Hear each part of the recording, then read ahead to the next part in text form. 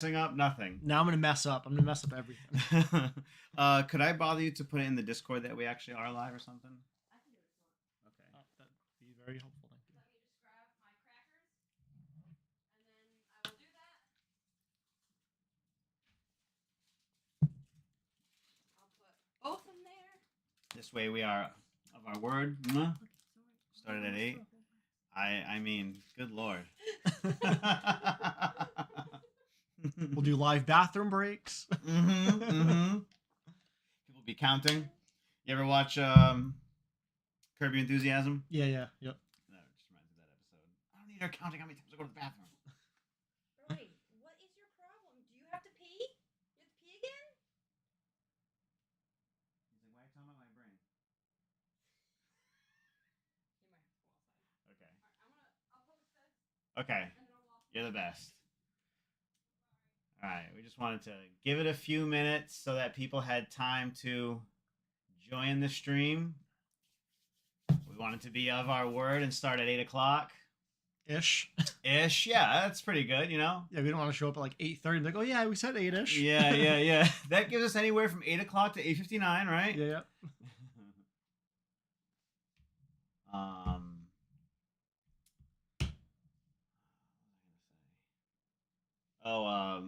So of course, Nth messaged me today and was like, Oh, nice. like the video looks great. Thank you so much.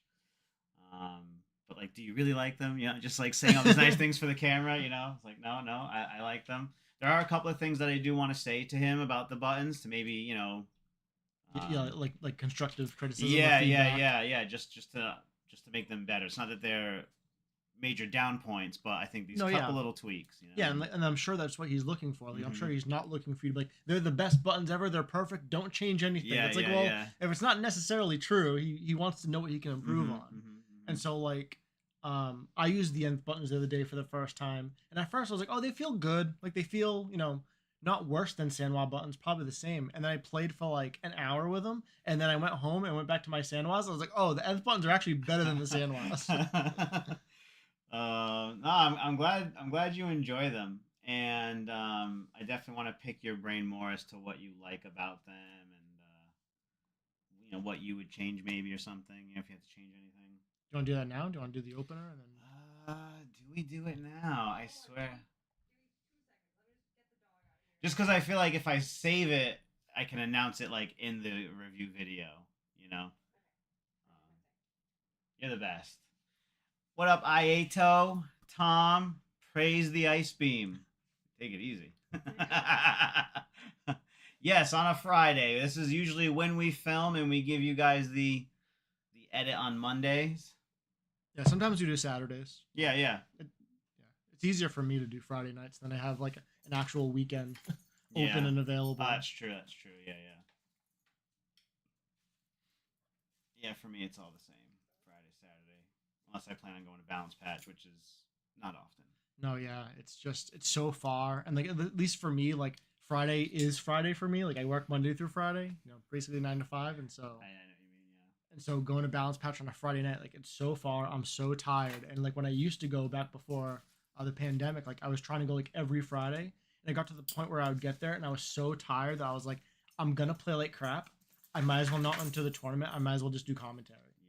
And that was a lot of fun. I actually enjoyed doing commentary. It is fun.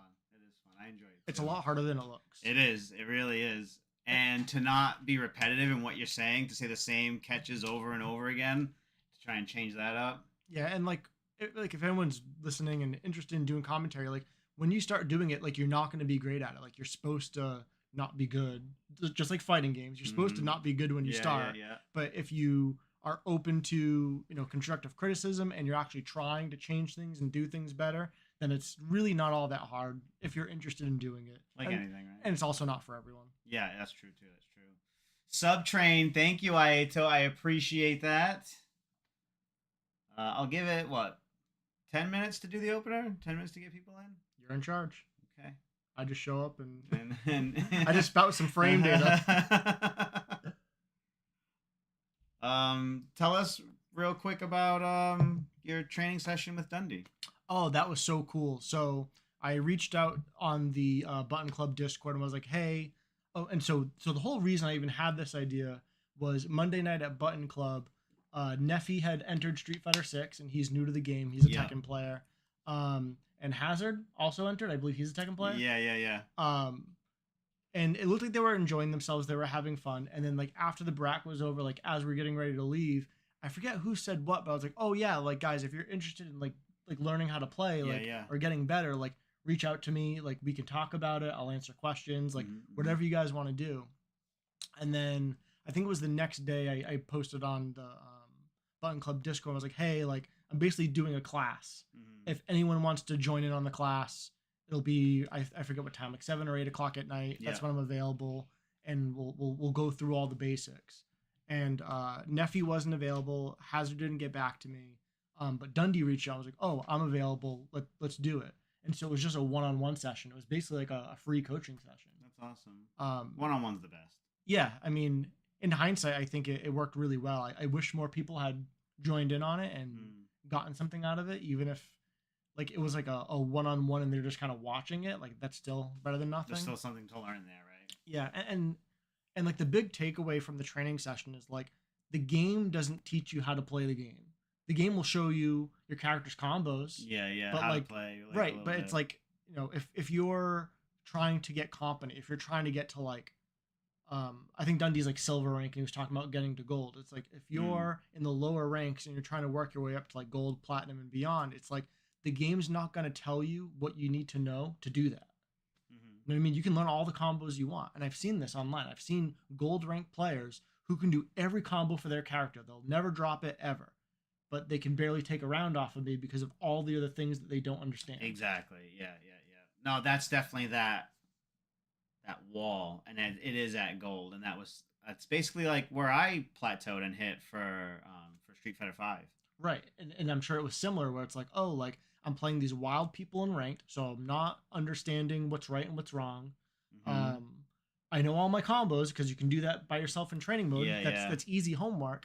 But then the hard part, which is, you know, not as straightforward and the game doesn't show you at all, and playing ranked doesn't necessarily enforce it, is like, when is it my turn? When is it not my turn?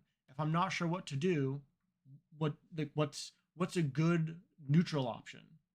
And like my answer would be like just hold down back. Or strategy for this and that, because like that's right, or matchup strategies. Like oh, like I like in Street Fighter 6, it's like, oh, I keep getting command grabbed by Zangief. It's like, well, are you drive rushing in and then doing something negative and then getting command grab? Because that's how you get command grabbed. That was your note to me on Monday, like how I was playing against Clint's Blanca. You basically said like treat it like the Zangief matchup. You were too aggressive. And you were right. And I kind of rode that aggressiveness all night, honestly. Right. And sometimes, and I know this from being a Guile main, like sometimes as a Guile main, you're not in the mood to play Guile. And you pick Guile and you don't play Guile. Okay. You know what I mean? Like, you know what I mean? Like, you jump too much, you drive rush too much. Like your head's just not in the hold down back Sonic Boom mode. Thank you for saying that, because I feel like, is there something wrong with me? You know your character, you know he's supposed to be played, like something like that shouldn't be explained, but that is perfect. Like I guess I wasn't in the mood to play Guile in that moment like that. Right, it's like you picked Guile and you tried to play Ken. Yeah, a little bit. Real quick here, we have Ricky Water Glass Beam. Temper, what's going on, my friend? Thank you so much for hanging out. We're gonna get you on the pod. Yes. There's Ricky and his water. 1 of 4. Yes, 1 of 4. No, like rotate it so it's level on the background. Oh, okay. I'm sorry. Is that better? Yeah, I think that's better. Sorry. I just want to stay on top of this real quick. Okay. Tom, I know you mentioned the nth buttons as I came in. They feel great, but I feel like they're a little higher than typical buttons sit. What do y'all think? So I think they might be a little bit taller, but also I think, at least from my experience, and correct me if I'm wrong, the amount that you have to push them down to hit the bottom, I think, is shallower than the Sanwa buttons. Shallower? I think so. Okay. So, I could be wrong. All right. Hold that thought. Combos are fake. You can just with heavy punch. Okay. All right. I just want to make sure we're good here. Okay. So, Ricky, talk about rank. That's hilarious. When I was testing the buttons in training mode, like anything, some combos happened really fast, like, oh wow, these are great, and then some happened where I was like, oh, maybe it's me, maybe I'm doing it too fast, I'm too excited or whatever, and I was having certain issues here and there. And then when I go back to my Snackbox Micro, which I love those switches, that's when I picked up on the difference between the two. So that Switch has a shorter travel time than the nth ones. Yep. Okay, but those actuate in the middle of its cycle. In the middle of its stroke, right? Those buttons actuate almost immediately. So that's probably why I'm feeling like it's so immediate. Okay, so it feels immediate, but then you have all that extra time to go down, and it doesn't disengage until almost that same height anyway. So there was times where I wasn't getting my like charge back forward back because maybe I thought I had lifted up, but I hadn't actually lifted up all the way. Right, like you released 90%, which means it's still activated, and I thought it was because it felt like so much travel time, so I was messing things up.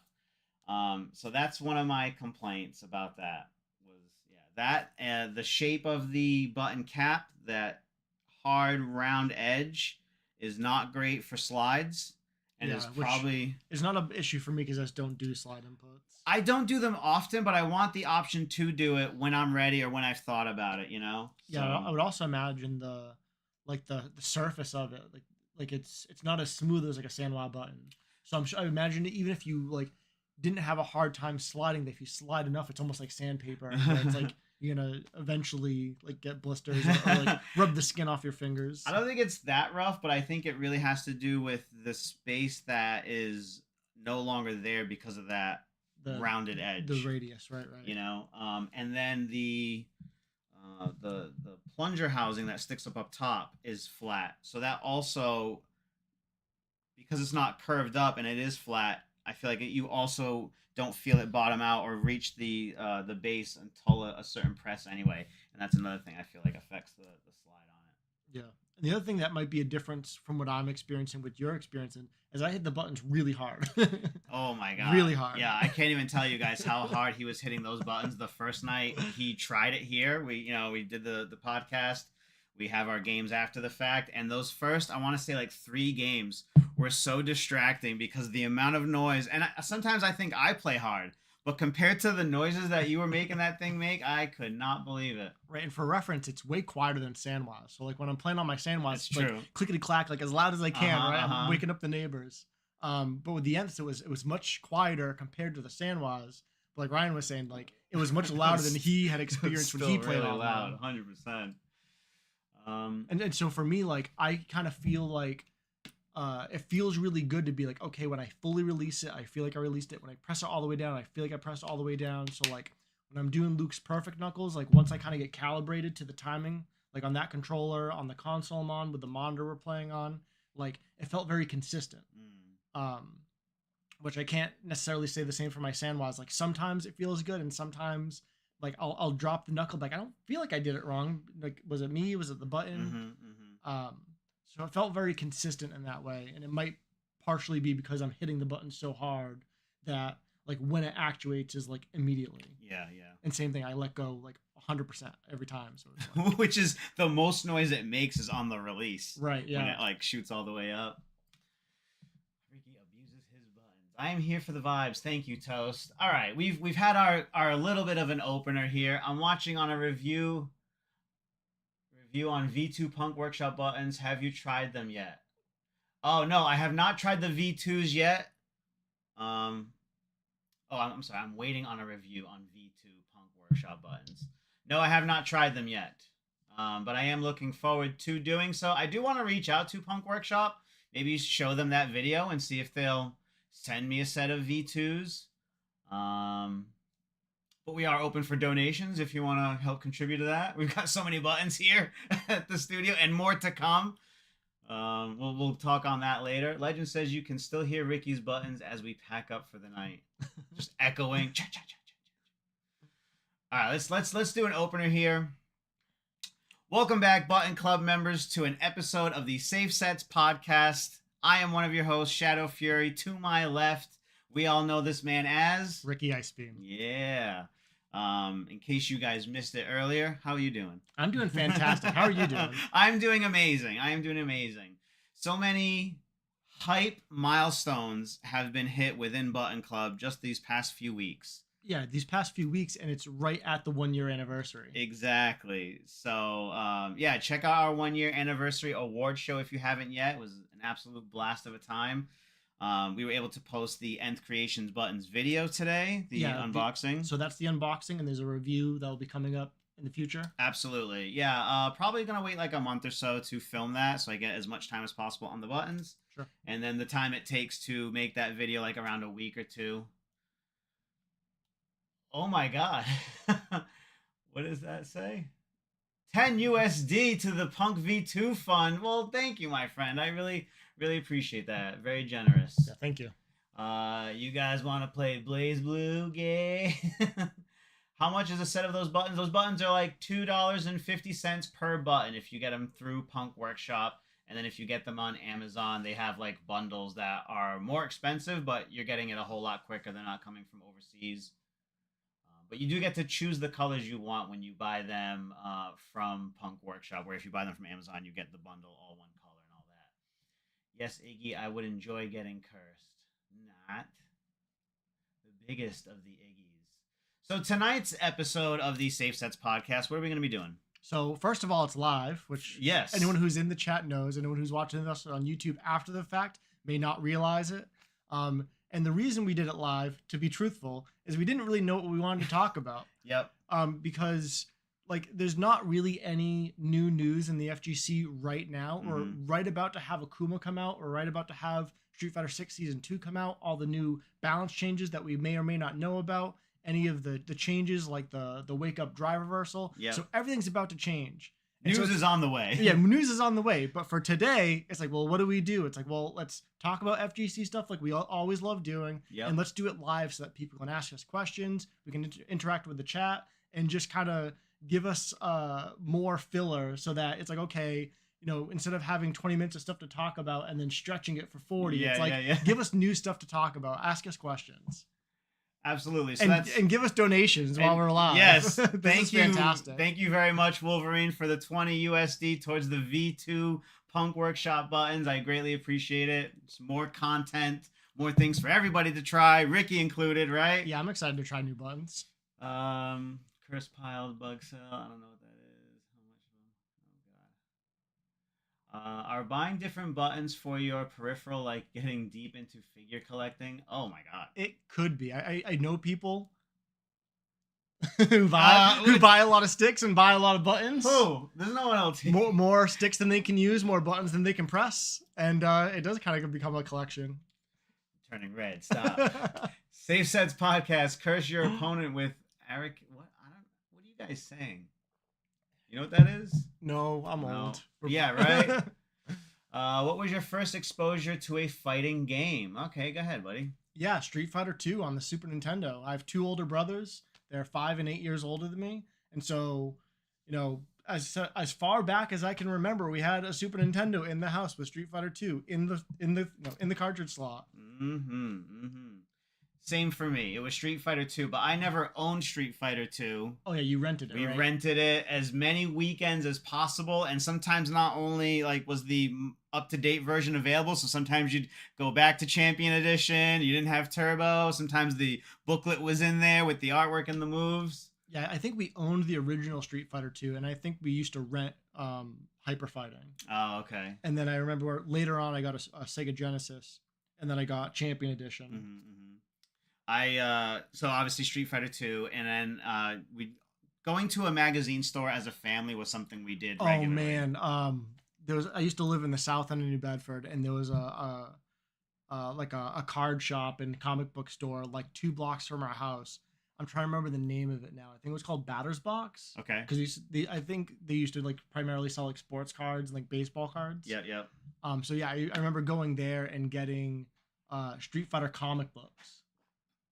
I imagine I don't have them anymore. I imagine they're worth something. But Yeah, I remember having like the first 3 like comics of the Street Fighter comic book. So I have the first one, I bought maybe like last year, and it's not worth a whole lot, but I actually did open it and read it, and it's horrible. It's an awful comic book. That doesn't change how much I love it. yeah. I mean, it's just cool to see it in that time, you know, like just the artwork alone is worth whatever like you paid. 10-year-old and under's eyes are, you know, looking at it are very different than where we're at right now. But yeah, we would always go to magazine stores, and I would always look for something Street Fighter related. And then I remember seeing reviews of Mortal Kombat, Oh yeah. and then seeing like, oh, they have like a Ryu Ken, the color swap. Like, this will never be something. And Look at these guys trying to copy. I remember growing up and like my upstairs neighbor had Mortal Kombat on the Sega Genesis, and I remember he like put in the blood code. Yeah, and it was just like so cool. Like Street Fighter was like the fighting game, and Mortal Kombat was like the rated R game you're not allowed to play. It's true. Yeah. Ricky, what is your background, if any at all, with Mortal Kombat from Maeto? So I played it as a kid, like on Sega Genesis, just button mashing and sweeping and crouch heavy punching and not really knowing what I was doing. The only competitive Mortal Kombat I have under my belt was when MK11 came out. It was like kind of a boring time for Street Fighter, and just everyone was hyped for MK11. Like, Tempa was playing it, all my friends were playing it. So I went out and I bought it, and I actually like learned how to play, and I grinded for like probably like 2 or 3 weeks. And I entered a couple locals, and I got a couple like 3rd and 4th place finishes. Oh, cool. But I didn't love it. It was just like I was hyped because everyone else was hyped. Yeah. And then once the hype kind of died down, which happens with MK games. Quick. Yep. Yeah. So after like the first month, and all the MK players stopped showing up, and then we had like 4 people at a weekly for MK. Like, let's just not even run a bracket. Yeah. And then it kind of died from there. Yeah. Back to Street Fighter 5. Ricky should talk about his ranked MR experience after being a non-ranked believer. Yeah, so I can get into it. So I still hate ranked. Yeah. I still think for the vast majority of players, it doesn't teach you what you need to know to get to the next level. And I say next level and not next rank because, like, you don't necessarily just need to just grind ranked to get to the next rank. You actually have to improve.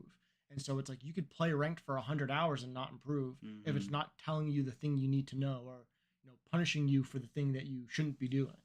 But just before, so in Street Fighter 6, it's about to go to season 2, but a couple of weeks ago they reset all the points, which is really weird timing. You would think they would do it at the same time. Yeah, I agree.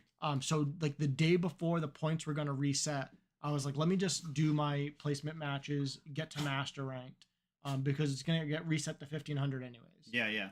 So I did my 10 placement matches. I won those. I got placed in Diamond 5. And then I think I played like 10 or 12 more matches. And I made it to master rank. So I had like 1500 and like 3 points. And I was like, all right, I'm done for the night.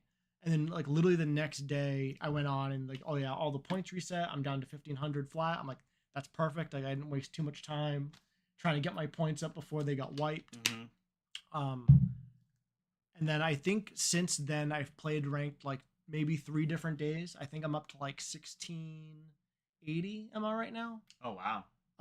But it's really weird how the ranked points are right now because they just did a wipe. So like when I was doing my placement matches and reaching master ranked, I was fighting players that were like 1800 MR, 1900 MR, and like it was like close matches. Like I felt like I was on that level. Cool. And then because they did a wipe, when I was getting from like 1500 to 1600, those 1800, 1900 point players were down in like the 1500s again. Yeah. So like the grind was intensified now for 1500. Yeah, not only that, but like if I were to lose to them, I lose way more when they're at 1500 than I did if I lost to them when they were at 1900. That's true. And I gain way less. I gain less points. Yeah. Interesting. So I played for like 3 days. I'm up to like 16 something MR. And what I found was 2 things. One, the people in ranked play as crazy as ever. And so really it's about controlling the craziness and not overextending, where like you could have a life lead and then jump in. It's like, okay, they uppercut you, they dry rush in like a madman. They hit you with stuff that you're not even expecting. Like not even necessarily smart stuff. Cornered and just stuff that you'd least expect, right? Like they do something negative and then they mash sweep, and for whatever reason, your button didn't reach, and so the sweep hits you, and it's like so frustrating. But the important lesson that I learned was like, okay, like if you have a life lead, you don't need to overextend. Like if you have them in the corner and they're in burnout, you don't even need to DI them, because like against lower level players, like yeah, they might block your button and then you DI and then they get wall splat stunned. But in ranked, like they're playing so fast, they're playing so aggressive that like they might just be holding up, so that if you do button into dry rush and it's like, okay, they got hit by your button, they got air reset, now your drive rusher is whiffing while they're jumping out of the corner. It's like, don't even do any of that. Like, put them in the corner. Simple. Yeah, it's like, put them in the corner, keep them burned out, take 2 steps back, look for the jump in, like anti-air them, like basically like don't do the obvious thing. Yeah, because that's the problem I have. Because it's like, if it works, fine, but if it doesn't work, you're screwed. Exactly. And people in the chat, just be patient with us. I want to keep the chat in a certain spot so I can make sure all of the questions get answered. So if I don't see anything new for a bit, just give it time. I swear we're going to get all to it. Tomato, who was your Street Fighter 2 main? You want to do it first? Mine was Ryu, and then Guile. Because when the movies and TV show were out, it was all Guile was the main character, not Ryu.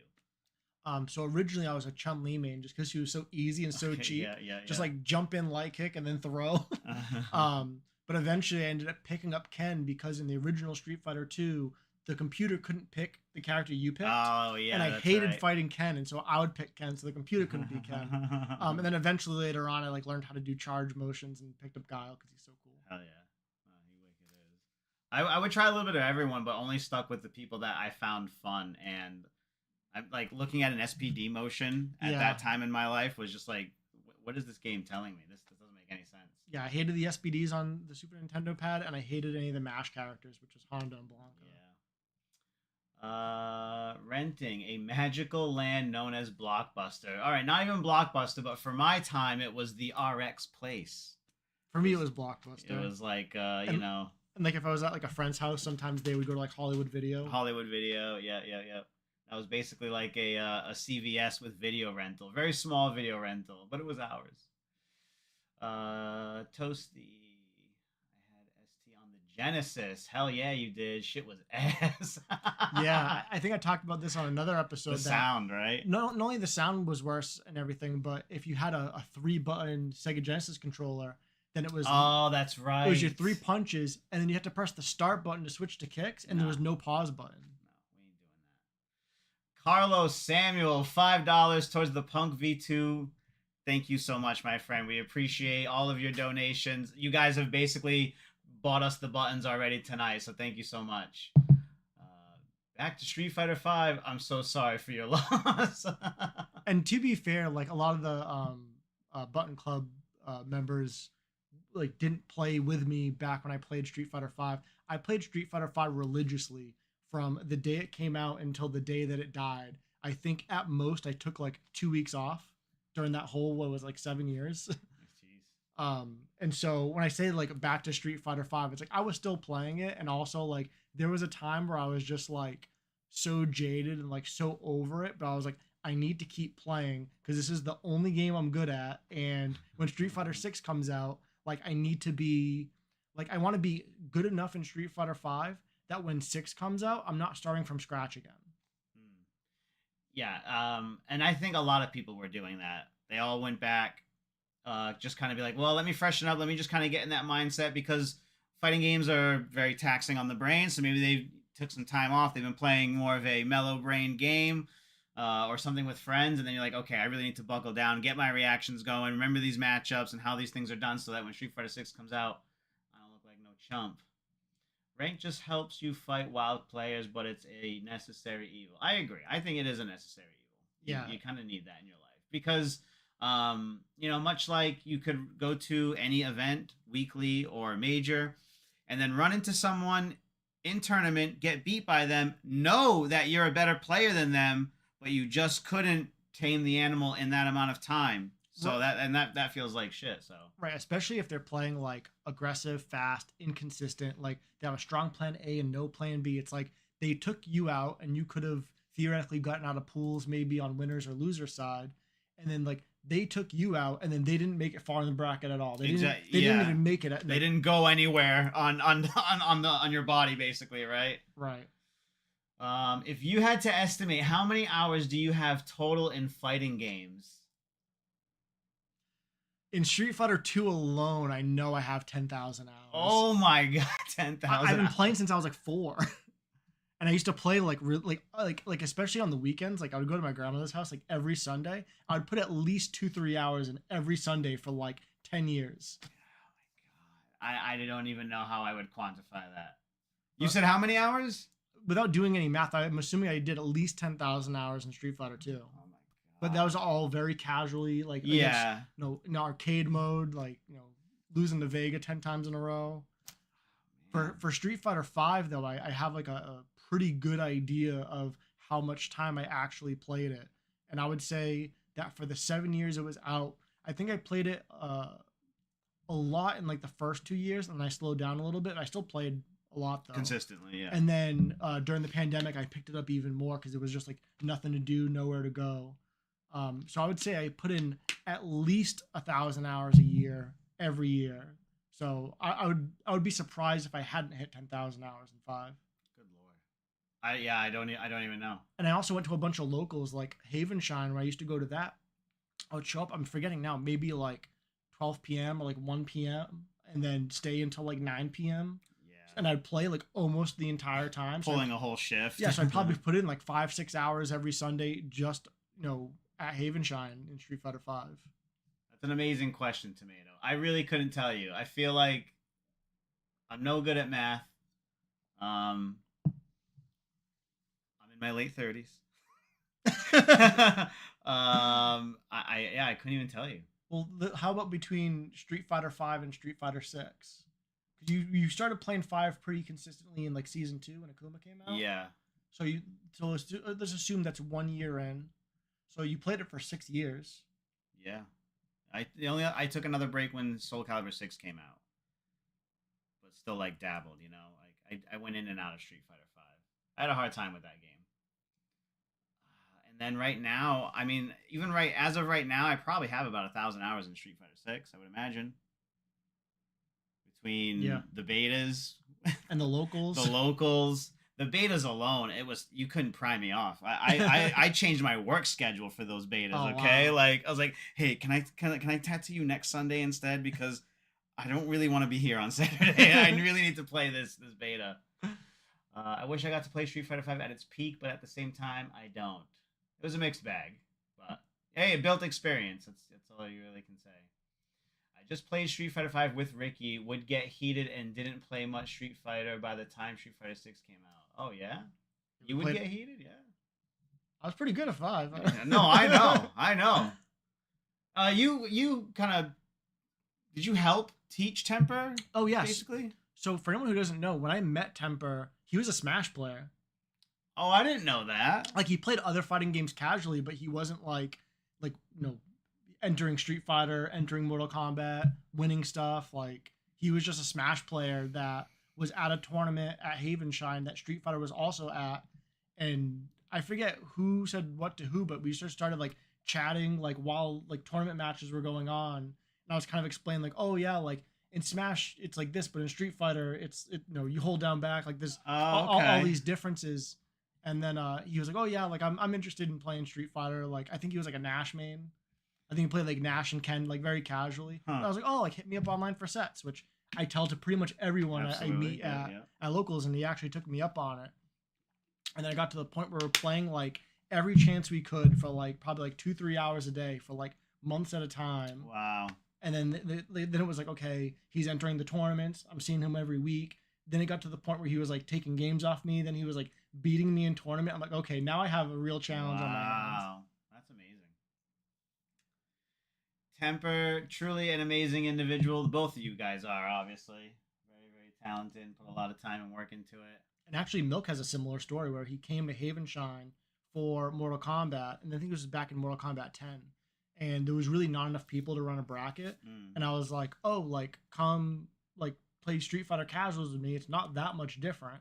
And he enjoyed it. And then he came back the next week. He entered the tournament, came back the next week, played with me online. That's cool. And now he's a killer. He was here the other night. I don't know if you saw that. I saw that, yeah. Yeah. He had forgotten his controller at Button Club, which I feel like he's always leaving something somewhere.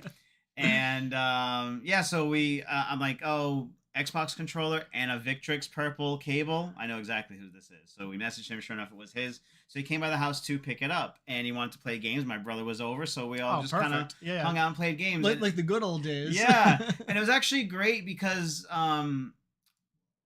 we talked, but briefly in a room full of people. So it was nice to just sit and actually just talk with him for a while and hear how inspired he's feeling right now with fighting games and wanting to play more games, build the community stronger because he feels that we should be able to compete with the big names of Boston or work towards getting there, obviously, Oh, absolutely. and continue to grow. And as a whole, Boston, Massachusetts itself being on the map and a almost equal to New York, which I feel like was a mission statement that I wanted. I know it's a little far fetched for right now, but we're trying. We're trying to get there.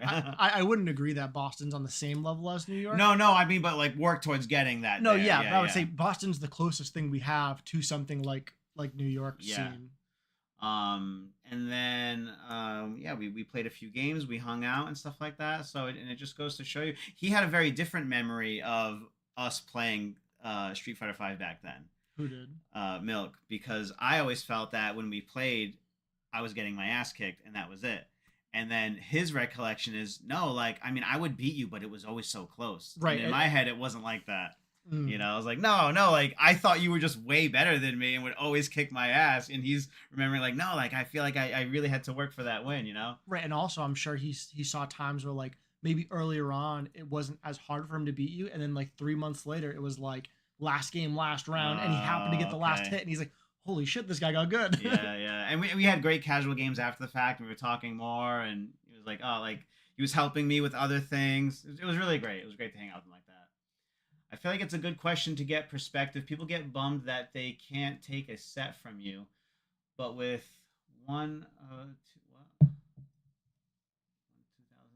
of the time spent in fighting games, they should. Yeah, that's true. It's true. Yeah, and the other thing too, like there's other games and competitive endeavors where if you're half as good as someone, you can beat them some of the time. Street Fighter is really not like that. If you're like 10% better than someone, you can pretty much shut them down like 99% of the time. Even I think it was not last week, but the week before when Aeto and Wolverine were here. Yep. I was getting a little frustrated towards the end, and then you started talking about like how your mind was working for certain setups, and Yep. as soon as you were done talking, it had alleviated my stress because it was like the frustration was not knowing. And then even if someone was to give you just a sliver of information, which you gave me so much more, really put onto perspective, wow, that's how he's thinking. That's where his mind's at. That's what's going through his brain when, if I'm looking at A, B, and C, he's at D, E, F, G, So just to see that kind of made me go, okay, like you're looking at a lot of things. You're not there yet, but even just talking about it, even if it's the 10th time, it'll get into your brain a little bit better. So yeah, and I feel like there's a lot of things, especially in a game like Street Fighter 6, where like there's so many knowledge checks that like if you're playing against someone and let's say you do a safe jump on them and they get hit, and then you do another safe jump like later in the set and they ODDP and like obviously it doesn't work, and you're like, oh, like they have no idea how this works or that it's a safe jump, and it's like if they're constantly doing the wrong answer, like even if they did the right answer by accident, they're not going to do it consistently. No. So it's like if you can't let them know what they don't know, it's like, oh, I can just safe jump this person to death. And that's what I was kind of alluding to, where like if you're just a little bit better than someone, if you just know something they don't know, you can take such huge advantage of that. Where like if someone's like as good at me as me in Street Fighter 6 at everything, but they have no idea how a safe jump works, I'm gonna beat them like 99-1. Wow.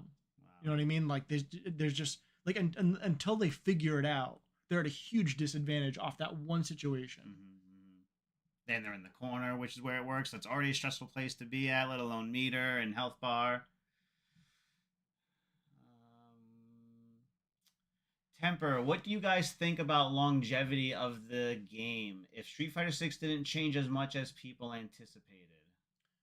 So I personally think Street Fighter 6, like the vanilla release, was like the best balance I've seen in like any competitive fighting game. And I haven't played a lot of them, but even just like the conversations that happen with like the top players and tweeting and stuff, like obviously people are going to complain all the time. They want their character to get buffed. They want that annoying character to get nerfed.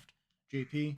Um, but all in all, I think there's kind of a general consensus that Street Fighter 6 came out in a great spot, and then they did a very small patch, kind of relatively recently, Yep. and that seemed like pretty small but good changes. Yeah. And then we're about to get a balance patch in a couple of days, and I think everyone's very optimistic that it's going to be good changes. And so I think the longevity of Street Fighter 6 is going to be like as long as like I think the only thing that's going to end Street Fighter 6 is Street Fighter 7.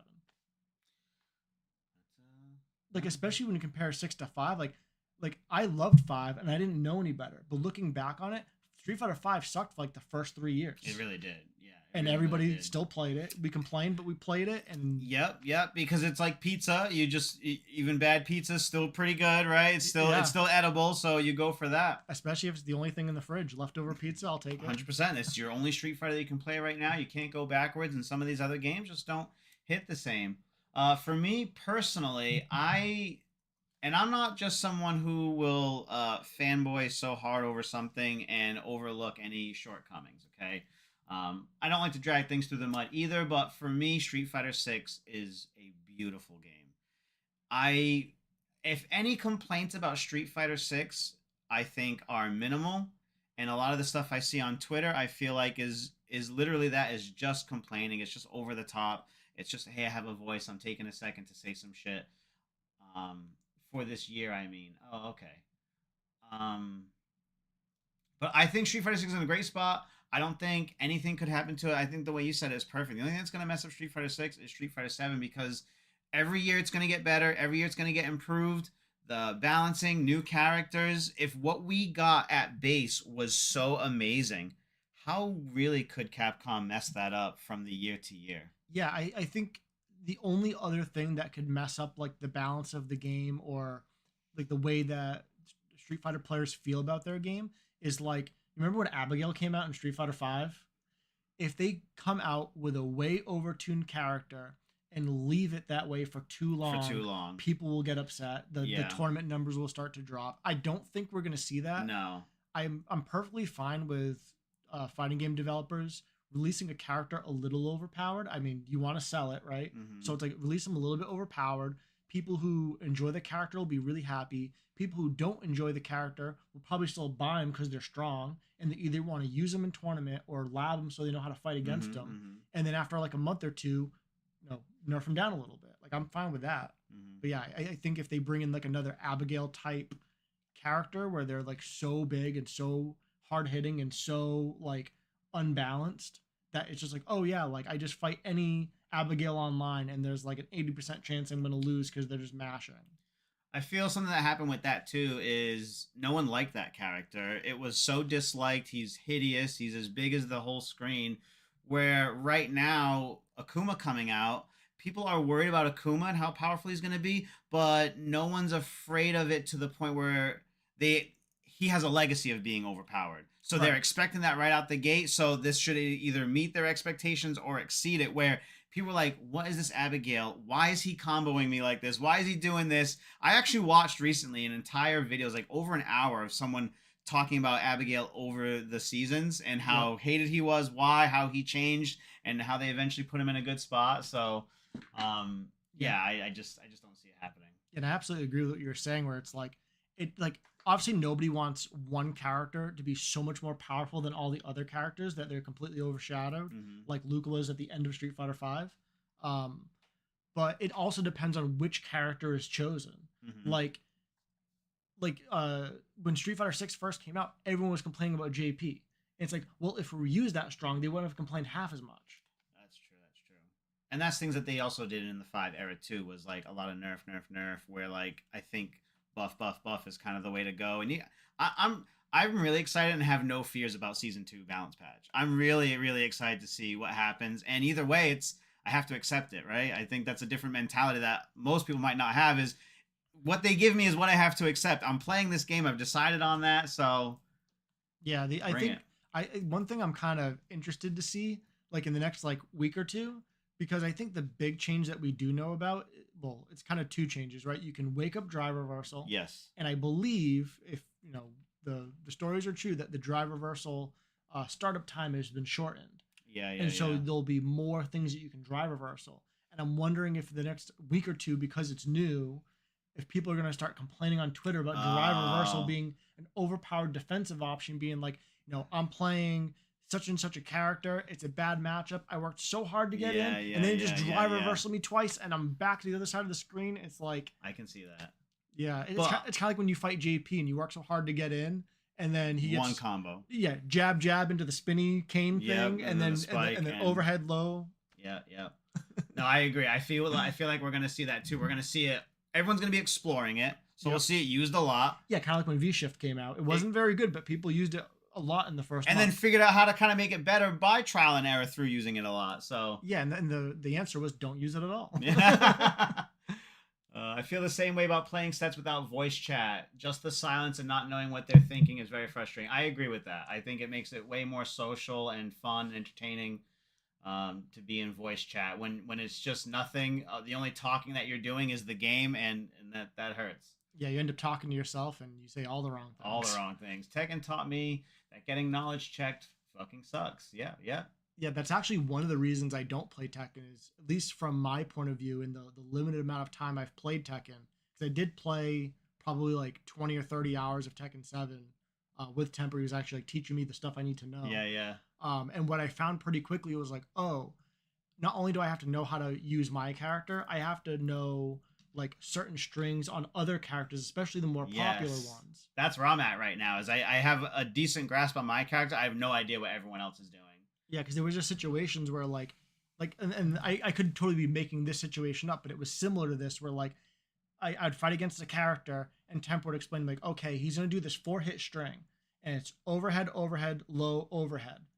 But if you trying to think, like if you duck when he goes low, then he can sidestep and hit you anyways. And I'm like, so I have to guess if he's gonna low or sidestep, and he's like, basically, yeah. He's like, or you could like do this thing to counter that, and I'm like, can I just hold down back? Can this just be Street Fighter? Can I just take the throw? Like, Yeah. what's the easy defensive answer? And the answer in Tekken is like, you actually have to choose the right defensive option in more or less every situation, or else you're gonna die.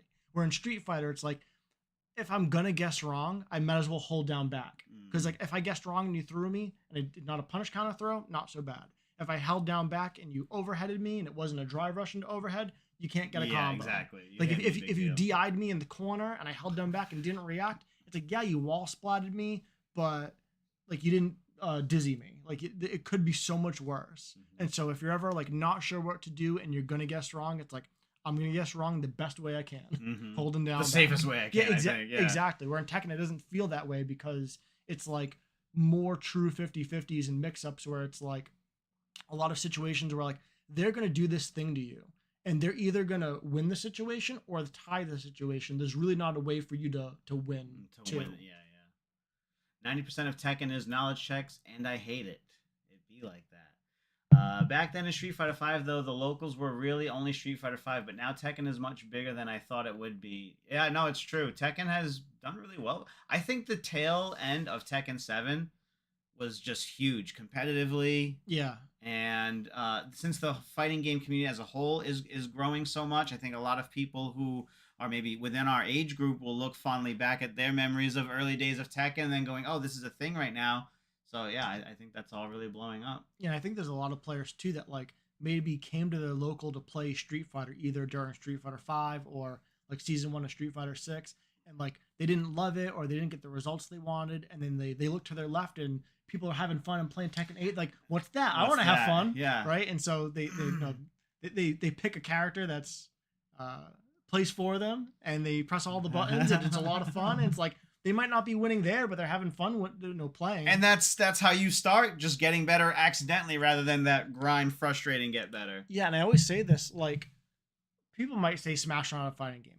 I think Smash is a fighting game. And the big difference, in my opinion, as a casual in Smash, is that if you're losing in Smash, you still get to play. Okay. If you're losing in Street Fighter, you don't get to play. And that's, yeah. And like Dragon Ball and other games like that. Right, yeah. Like those games really, really hurt when you're losing. Because you lose majorly. Yeah, and a game like Dragon Ball, especially, like I remember when that game was coming out, there was like, it was almost like Scrub Quotes memes online of like players like who couldn't even do special moves in fighting games, getting like vanished to death and like what was it uh,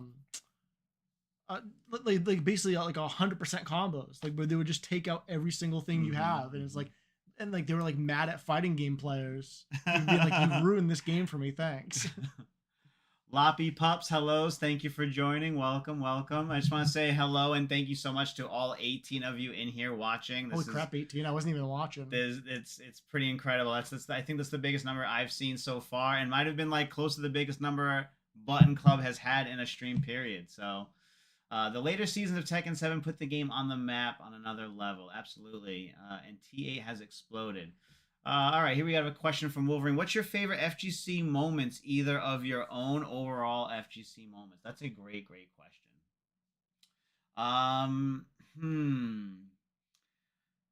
One of my favorite moments as a community of the whole was watching Takedo win Evo. I know that other players who had been around for longer have seen him compete and tried Evo and not win, and that being a big milestone. So for me, and I didn't really get to see any of that, but I just love that quote at the end that I referenced at the award show, and that whole like ending of Evo was absolutely so beautiful and helped solidify not just liking fighting games, but the emotion that I've put into fighting games. And then I would have to say one of my favorite overall moments, like a personal moment.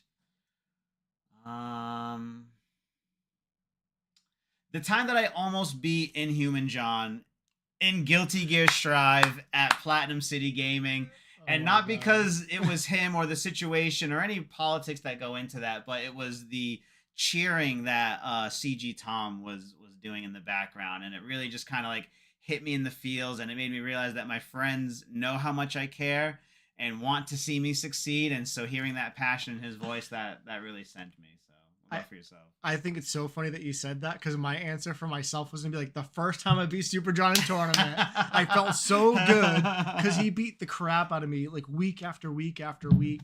And he actually like we played together online, like he taught me a lot, and so to finally like to go from a point where I felt like he was on a different level and I wasn't competitive, to the point where I was giving him trouble, to the point where I legitimately beat him, and like, okay, like it's gonna be tough from here on out, but I got one. I got one on him. Like that was such a huge moment for me to just the process of, like I said, like going from I feel like I can't beat this guy, he's on a different level, to okay, now I'm giving him trouble, and now I'm capable of beating him, even though I probably won't beat him consistently, not for a long time.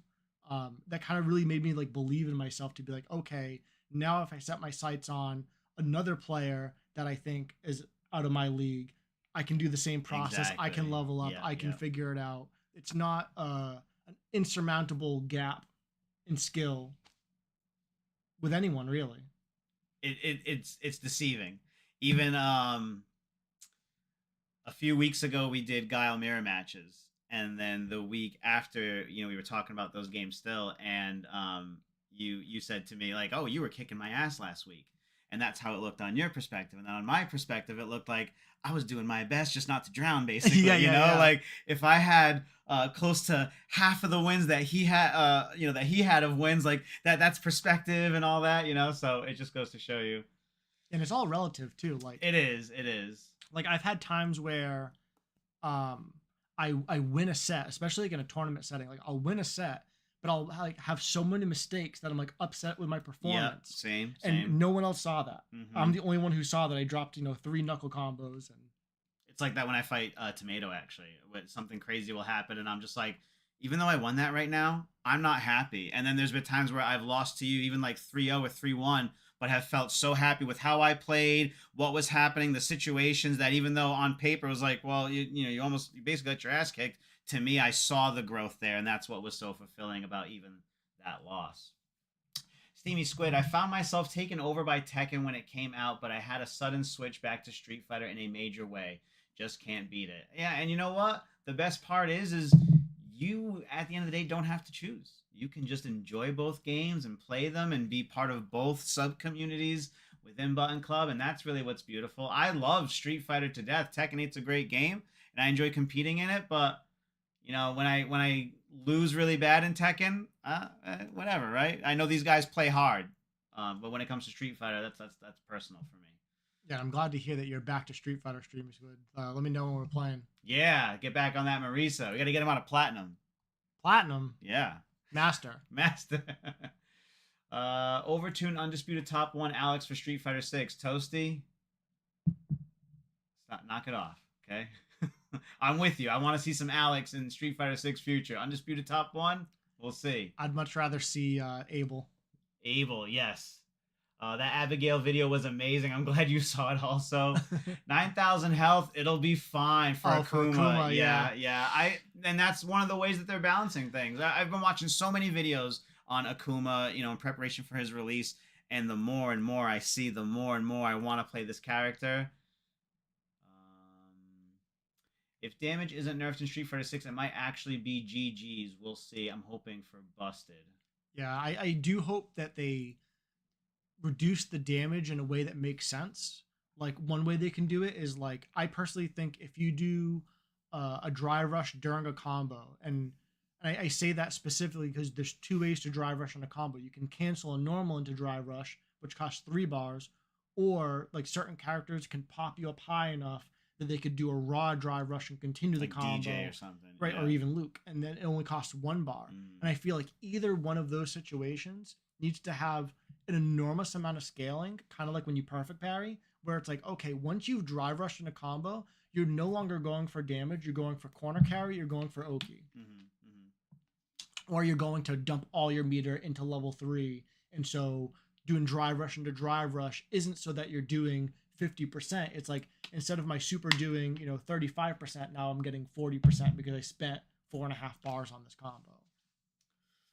Dundee Shibby, thank you so much. That guy, see, Dundee helping out. There he is in the chat. Ricky Mishima, 50-50 beam. No, I play, what's that character's name? Dragonoff. Oh, God. He's so hideous. Huge shout out to Ricky for coaching me a bit this week. Hell yeah, I'm proud of you for doing that also, because it takes a level of courage to be like, yeah, I need some help. Can you help me? Yeah, and also thanks, like, you were thanking me for, like, me spending the time, and, like, I'm thanking you for giving up your time and, like deciding to spend it improving at Street Fighter. And so let me know if you did your homework. Whoa. So I'm only catching up now, and I apologize. What did Dundee do? 22 22 gifted subs? That's what he just did? Holy crap. Oh my God, Dundee. Thank you so much. Thank you so much. So many more products for us to buy to show you, because I know you'll buy them too. I think we might have to live stream the podcast every more week often, now. right? Yeah, see? Carlos, what is your lever setup on a fight stick? On your fight stick. On my fight stick. Okay, so Want me to pass it to you? Oh yeah, you could, yeah. I don't know if this is exactly what he's asking for. I don't know if you're actually looking for a lever setup, like how I like that also when I used to play levered, or do every once in a while. This is my Snackbox Micro from Junk Food Arcades. I got the heavyweight plate in the back, and I have these silencer foam pads in all of the buttons except for the last 2, just so I can, do a sound comparison for the videos. And then when I was playing on stick, my favorite stick was the Victrix Pro FS with an auto DIY lever and spring tensions, actuator setup changed every week. Depends on how my execution was that week at tournament, because I'd drop something, come home, and then tinker. And how about this spring so I don't do this? And how about this gate so I don't do that? And then I'd practice and then go, okay, this is definitely going to be better next week, and then, still make mistakes. Yeah, because when you drop a combo, it's always the fight stick's fault. Yes. Most of the time it was. Okay, Ricky? And that's why we don't play on stick anymore. Tekken is so satisfying to learn, though. It's a great game. Smash is a fighting game, says Aieto. I stay out of it. I don't care. You guys call it whatever you want, okay? Smash is like crazy technical. It really is. And I find that players that come from Smash into other fighting games brings a certain level of intensity from that game that kind of gets overlooked from someone who's like, oh, I guess I'll try fighting games rather than going from Smash to fighting games. Yeah, and I feel like Smash is so fast-paced that, like, if you go from a game like Smash to another fast-paced fighting game, like an anime fighter, for example, like they tend to do a little bit better and pick it up a little bit quicker. Where I see a lot of Smash players go to Street Fighter and be like, oh, I just wait for them to make a mistake. I can't do whatever I want to them. It's like you can do whatever you want, but everything in Street Fighter is a huge risk. Where in Smash, it seems like you can do a lot of stuff, like a lot of low risk. Like you do a lot of low risk stuff, kind of over and over. Like you can do what you want to do. You can run your game plan. Shoutouts to the Dragon Ball community. I've been falling asleep to Dragon Ball Fighters tournaments because the action is so chaotic. I can't even keep up with it. I'm dying. So I end up like just my eyes just fall asleep. I actually played Dragon Ball similar to the way I played Tekken and all these other fighting games. Like Temper made me play it. We played for like 3 weeks straight. I got okay at it. I could do some combos and stuff. Got like third place on a local. And then never again. There's times where I'm like, I don't know what's going on in this screen. It just looks absolutely intense. What mix-up? There was a mix-up there? Like, I don't even know how he got hit. Can I pick Vegeta 3 times? Yeah, right. Toasty says, best FGC moment is easily K-Brad hitting the I'ma block this whack ass mix-up. Oh my god, I have that tagged on my Twitter. Every like 3 or 6 months, I'll think about that and I'll bring it up and just laugh. Love it. And then he just screams. Yeah, he's like, I'm gonna block this whack ass mix-up. And he gets hit by, he's like, oh! I know, instantly. Brother got the anime protagonist boost listening to the friend cheers. Every time I go up to Boston, it puts a smile on my face beating Tom Vigil. Yeah, I did that. I did that too. Yeah. That felt great because on paper he should have beaten my ass, and then that's even Dom on commentary was like, "Oh, like Shadow Fear out here playing footsies? Oh, okay." And then even Dan came up to me afterwards, is like, "When did you get this good?" I feel like we've been grinding. You haven't been watching, Dan. Street Fighter 6, man. Yes, Tomato, we do get the wildest scrambles. I think that just proves how close we are in skill level, and that it comes down to sometimes the most ridiculous little scramble for that person to win. Once I get over my fear of the last 1/10 of people's health bar, it's over. That's true. Yeah, closing out rounds is tough in Street Fighter 6. You gotta be clutch. You gotta do that 50% combo when they have 50% left. Make it easy on yourself. Temper. My favorite FGC moment is DJ Drive Rush. Oh my god. That's the most degenerate thing a Temper would say. DJ's Drive Rush jab is just Balrog's EX dash straight, but he has 6 of them. That's true. That's true. The grind after Wednesday will be legendary. Absolutely. Yeah, I want to link up with you too and get in the lab and get those Akuma roots planted firmly off the rip. Yeah, I was going to say earlier we were talking about like ranked and someone was saying that they enjoy playing with voice chat on. I firmly believe like, yes, you do have to play ranked. I wouldn't say like, let's say you play 6 days a week or 5 days a week, probably like 1 or 2 of those days should be ranked. Yeah, but not all the time. No, but the most efficient training, in my opinion, and I really stand by this, is playing in a battle lounge with your friends, with the voice chat on, and like relatively close in skill level. Like I'd rather play someone who, I can beat them 20-0, or lose to them 20-0 in that situation. Rather than like grinding ranked, because you just never know what you're gonna get in ranked. Iggy says, nah, fuck Alex and Demon Dan. He's a bum. Demon Dan has made some of the most memorable clips I've ever seen with Alex, though. So I disagree with all of that. Trying to get you that last follower to clear the goals. Thank you, my friend. Dundee, you are the man. Iato FGC says, fun fact for both of you guys, currently in Mortal Kombat 1, depending on what character and cameo assist you choose, you can have as low as 80% max health points or 120% max health points. You can have a 40% health disparity. Balancing. That sounds like a nightmare, and that's why I stay far away from that train wreck of a game. But I mean, that's not that dissimilar from like how much health does Akuma have and how much health does Zangief have. It's probably like a 40% swing. Yes, 9,000 and what is it, 1050? I don't know the number. I know it's more than 10,000 now. I know it's not Toasty FGC. I've seen you take games off Ricky, but as soon as tournament starts, you forget how to... Yeah, that happens. Sometimes you play just so much better in a casual situation, and then when the pressure's on to feel like to perform or play good, yeah, you stumble. I've been there.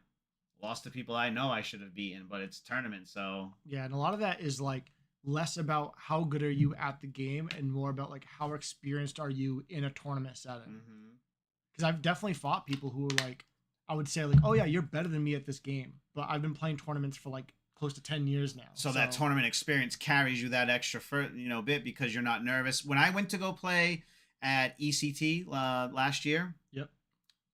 The nerves I felt were second to none. That It's different. it's so different because it's once a year. It's a big thing. You've traveled so far to get here. You spent so much money to play in the tournament, And you feel like there's a lot on the line. So Jared was there with me, and he watched me play my tournament run. And those first two matches, he was like, "Who are you? I've never seen you play like that." It was just so obvious that not in a good way. Yeah, no, not in a good way. He knew that I was all messed up and all nerved, and yeah, it changes you. So hopefully, all this time of Button Club weeklies will make that feel better. And I'll have a different support system this year when we go up to Defend the North at the end of July. I think it's the first week of August. First week of August. I think it's the 2nd to the 4th. Dundee with another gifted 5. Thank you so God. much, Dundee. You're an absolute gem. Leverless is superior, says Wolverine. I mean, it depends on the game. I can't play Street Fighter 2 on leverless. That is tough. I wish I played on stick just for the aesthetic. Well, you can. You absolutely can. I have baby hands. Leverless still kills me. Toast, you'll get there.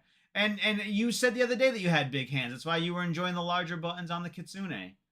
Even Milk the other day was like, "Oh, so what if I was to get a different leverless? What would you recommend?" And I basically didn't know how to answer that because I thought if you didn't like the Hitbox brand leverless, you're not going to like any leverless. What do you expect to get out of the other ones that, basically what you just said. But he just said that like he didn't really like the encasing and certain other things. So he might be interested in trying something else.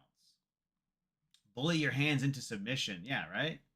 Well, I that's the other thing too. Like I've heard a lot of people complain about like switching to Hitbox. Like Sajam famously like switched to Hitbox years ago and like documented his journey on it and was complaining about like how much his hands hurt and like everything else. And I'm like, well, I switched to Hitbox and I had 0 pain. And so I think that like everyone's different and like the ergonomics, like it's either going to be fine for you or it's not. And, like it's not for everyone. So like when I hear people say that like their hands hurt, or their fingers hurt, or, like their wrists or whatever, it's like I can't relate because I've been playing a Hitbox for I think like 6 years now, and I've had close to 0 pain the entire time. So it's just different. I had some pain in the beginning going back to it, and I actually had the most uncomfortable hand issues when I was playing on the Victrix. Okay. I don't know if it was because it was further out or there's like a beveled edge for the wrists, so if like it was in like amplifying that angle, and then I know like genetically there's something that has to do with this last tendon. Like some people like it, more of it is shared with this tendon here rather than being separate, so that can affect their mobility in those fingers. But when it comes to playing on the snack box, that's kind of alleviated it. Even the times when I try and play on the regular Hitbox, it'll kind of return, and then when I go back to that, it subsides. Yeah, when I switched to Hitbox, the only pain I felt was to my ego because I couldn't win anymore. It took me like 6 months to be as good on Hitbox like I used to be on stick. Like, this hurts so much. What hurts? My ego. I lost in tournament again. What does Ricky play when it's not a fighting game? Great question.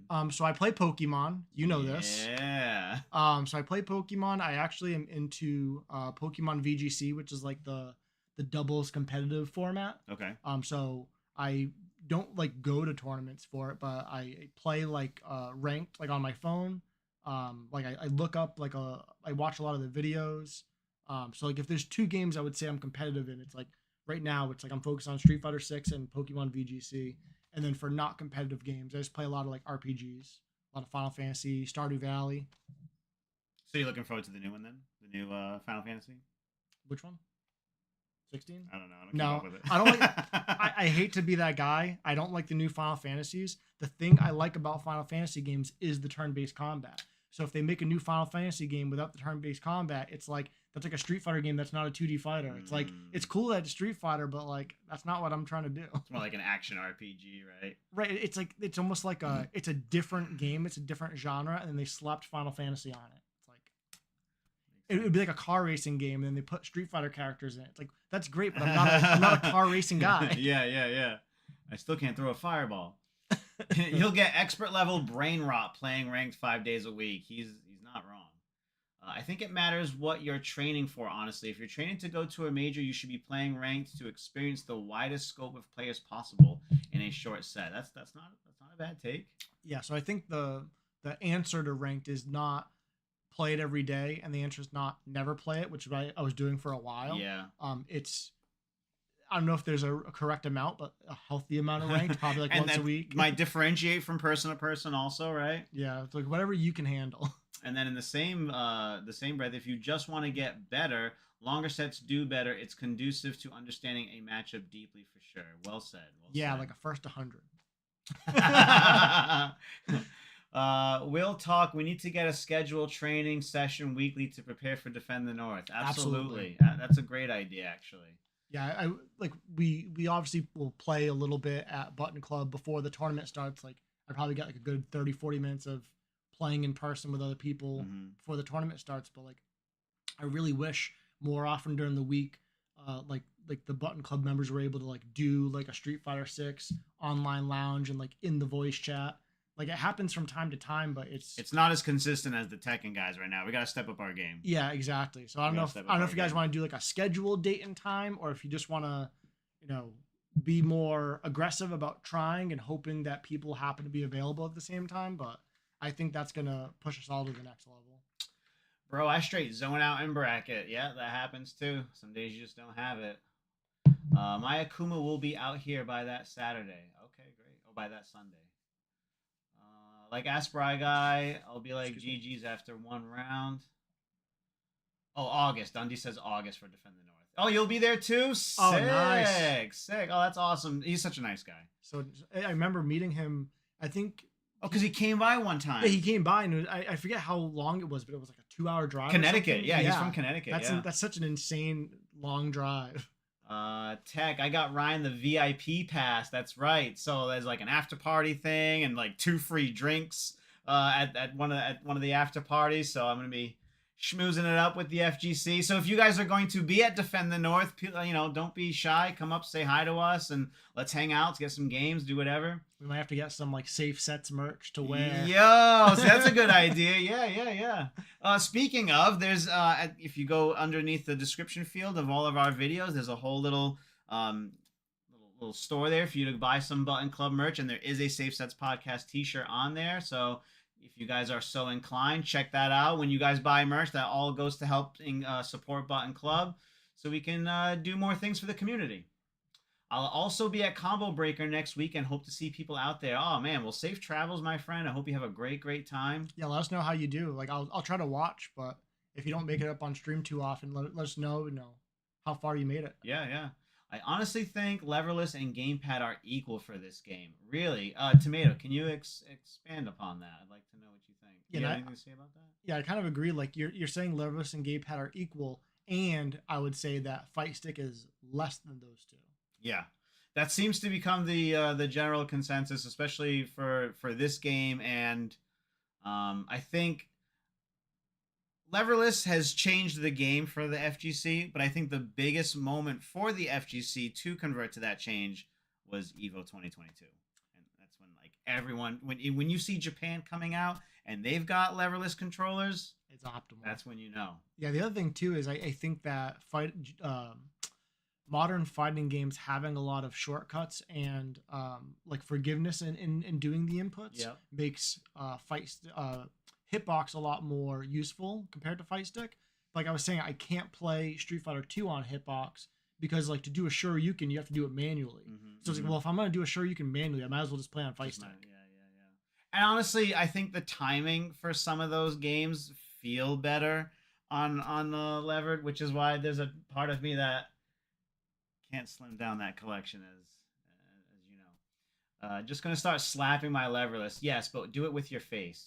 Yeah, and now that I say that, ever since they switched the SOCD rules for Street Fighter 6, I've had a lot more like at the end of Street Fighter 5, I switched my SOCD to start getting used to it in preparation for Street Fighter 6, and I started doing better with it. But I feel like I have an easier time playing Guile in 5 than I do in 6. And now I'm thinking like maybe it would be even easier to play Guile if I went back to Fight Stick just to play Guile. Because like it sucks for me to play charge characters on pad because it just hurts my thumb so much to hold down back that hard. Because I'm stressed, I'm holding it extra hard. But yeah, like maybe for a character like Guile in 6, maybe Fight Stick is better than hitbox. Am I gonna have to? We might have to break out some fight sticks today. If Alicia heard that, I think she'd give you the eyes. She'd come out and be like, I'm not saying it's true. I'm saying perhaps, it would make sense if it was true. Just take the cheat code to learn Leverless. Get sick and play with Leverless. It will reboot your brain face. Okay, that's what works for Beefcake. That's for sure. I'm gonna make an itinerary of what we bring weekly to know what we need to work on, and we'll. Okay, yeah. So when we go to Defend the North, we got everything. I like that. And then you know what you temper, maybe a little spreadsheet or something too of some of Akuma Tech, easily digestible. Shout outs to Beefcake for switching a hitbox in a weekend. My man's a low-key genius. He is. That's crazy. Like I said, it took me about 6 months of playing on the hitbox. Like I was playing like 10 to 15 hours a week every week for 6 months to be as good as I was on stick. Dundee Shibby played Dragon Quest. That's the new Last Dragon's Dogma, right? Is the new Capcom game? Yeah, so and Dragon Quest 11 is not super new. But it's like, at least as far as I know and remember, like Dragon Quest 11 is like the best, newest Dragon Quest game, and it's like constantly going on sale, and it's for like every console. Oh, okay, cool. Ricky, play Persona 5. It'll just take you 15 years. What's your favorite RPG of all time?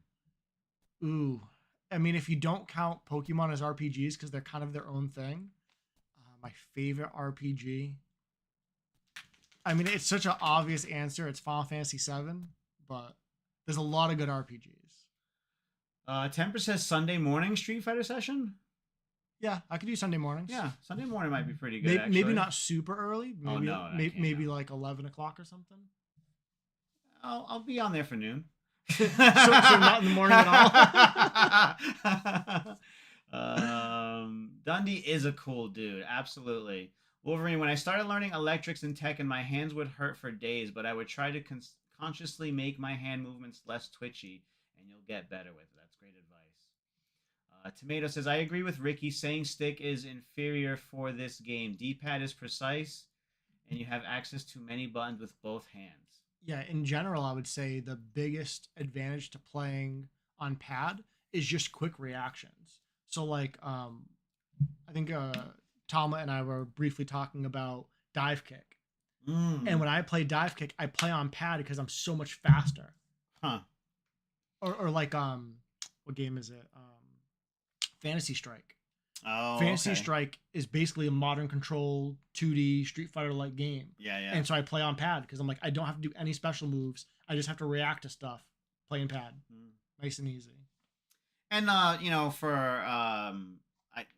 it's gamepad is just so common. It's what comes with every console. It's what we grew up playing. Yep. I used to hate going to the arcades to play on lever back then. I'm like, why can't I just have like the test setups at GameStops or Walmart? Like, can I just have a controller sticking out of that thing so I can play on it? Yeah, let me play on an N64 controller in McDonald's.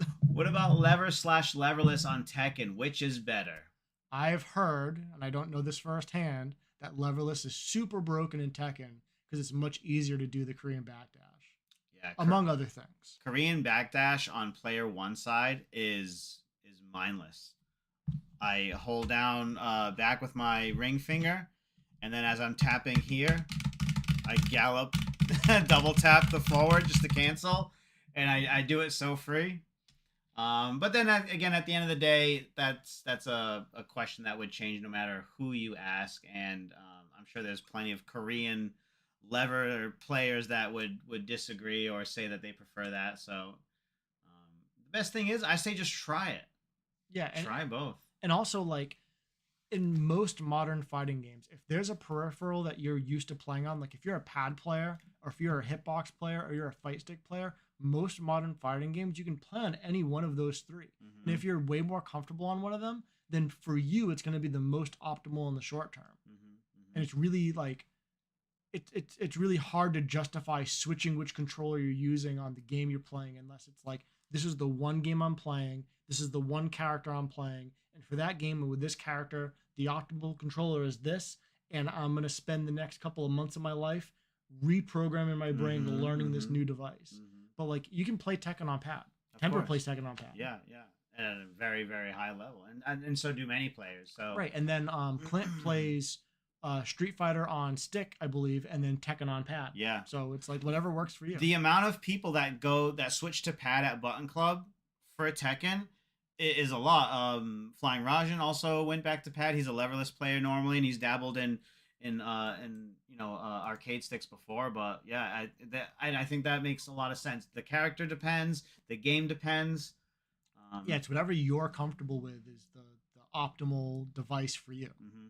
Like it might be great to Korean backdash with leverless, but if you're a king main in Tekken 8, those command throws can be pretty tricky. Forward, half circle, back to forward, and stuff like that. So right, and if you're not willing to put in the time and effort to learn all that, it's like, yeah, you can Korean backdash easier, but everything else is now hard. Mm-hmm, so is it worth it?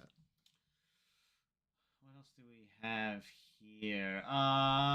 Philip, what are you currently playing on, if you don't mind me asking? Philip D, let us know in the chat and we'll get to it.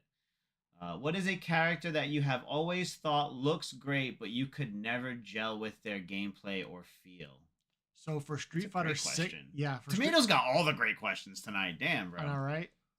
For Street Fighter 6 specifically, before the game came out, when I was looking at like the character leaks and like the concept art, I thought that Manon looked really cool. I thought she was kind of going to be like an Adon type of character. Okay. And she is not. She's not. No, I mean, she's not. So I thought she was really cool looking, and then when I saw like how she plays and like how her buttons look and that she has a command grab, I'm like, this is not my character.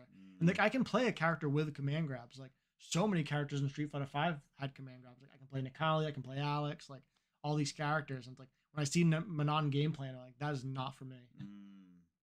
That's more similar to like an Armika. Yeah, that's true.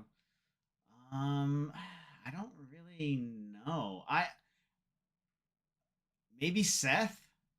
Something about Seth is just a complete turn off for me, and I don't like the character. I don't want him in games.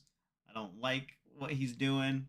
But otherwise, I'm pretty open. Sometimes there's been characters like for a lot of my childhood and teenage years, I would make fun of Quan Chi all the time.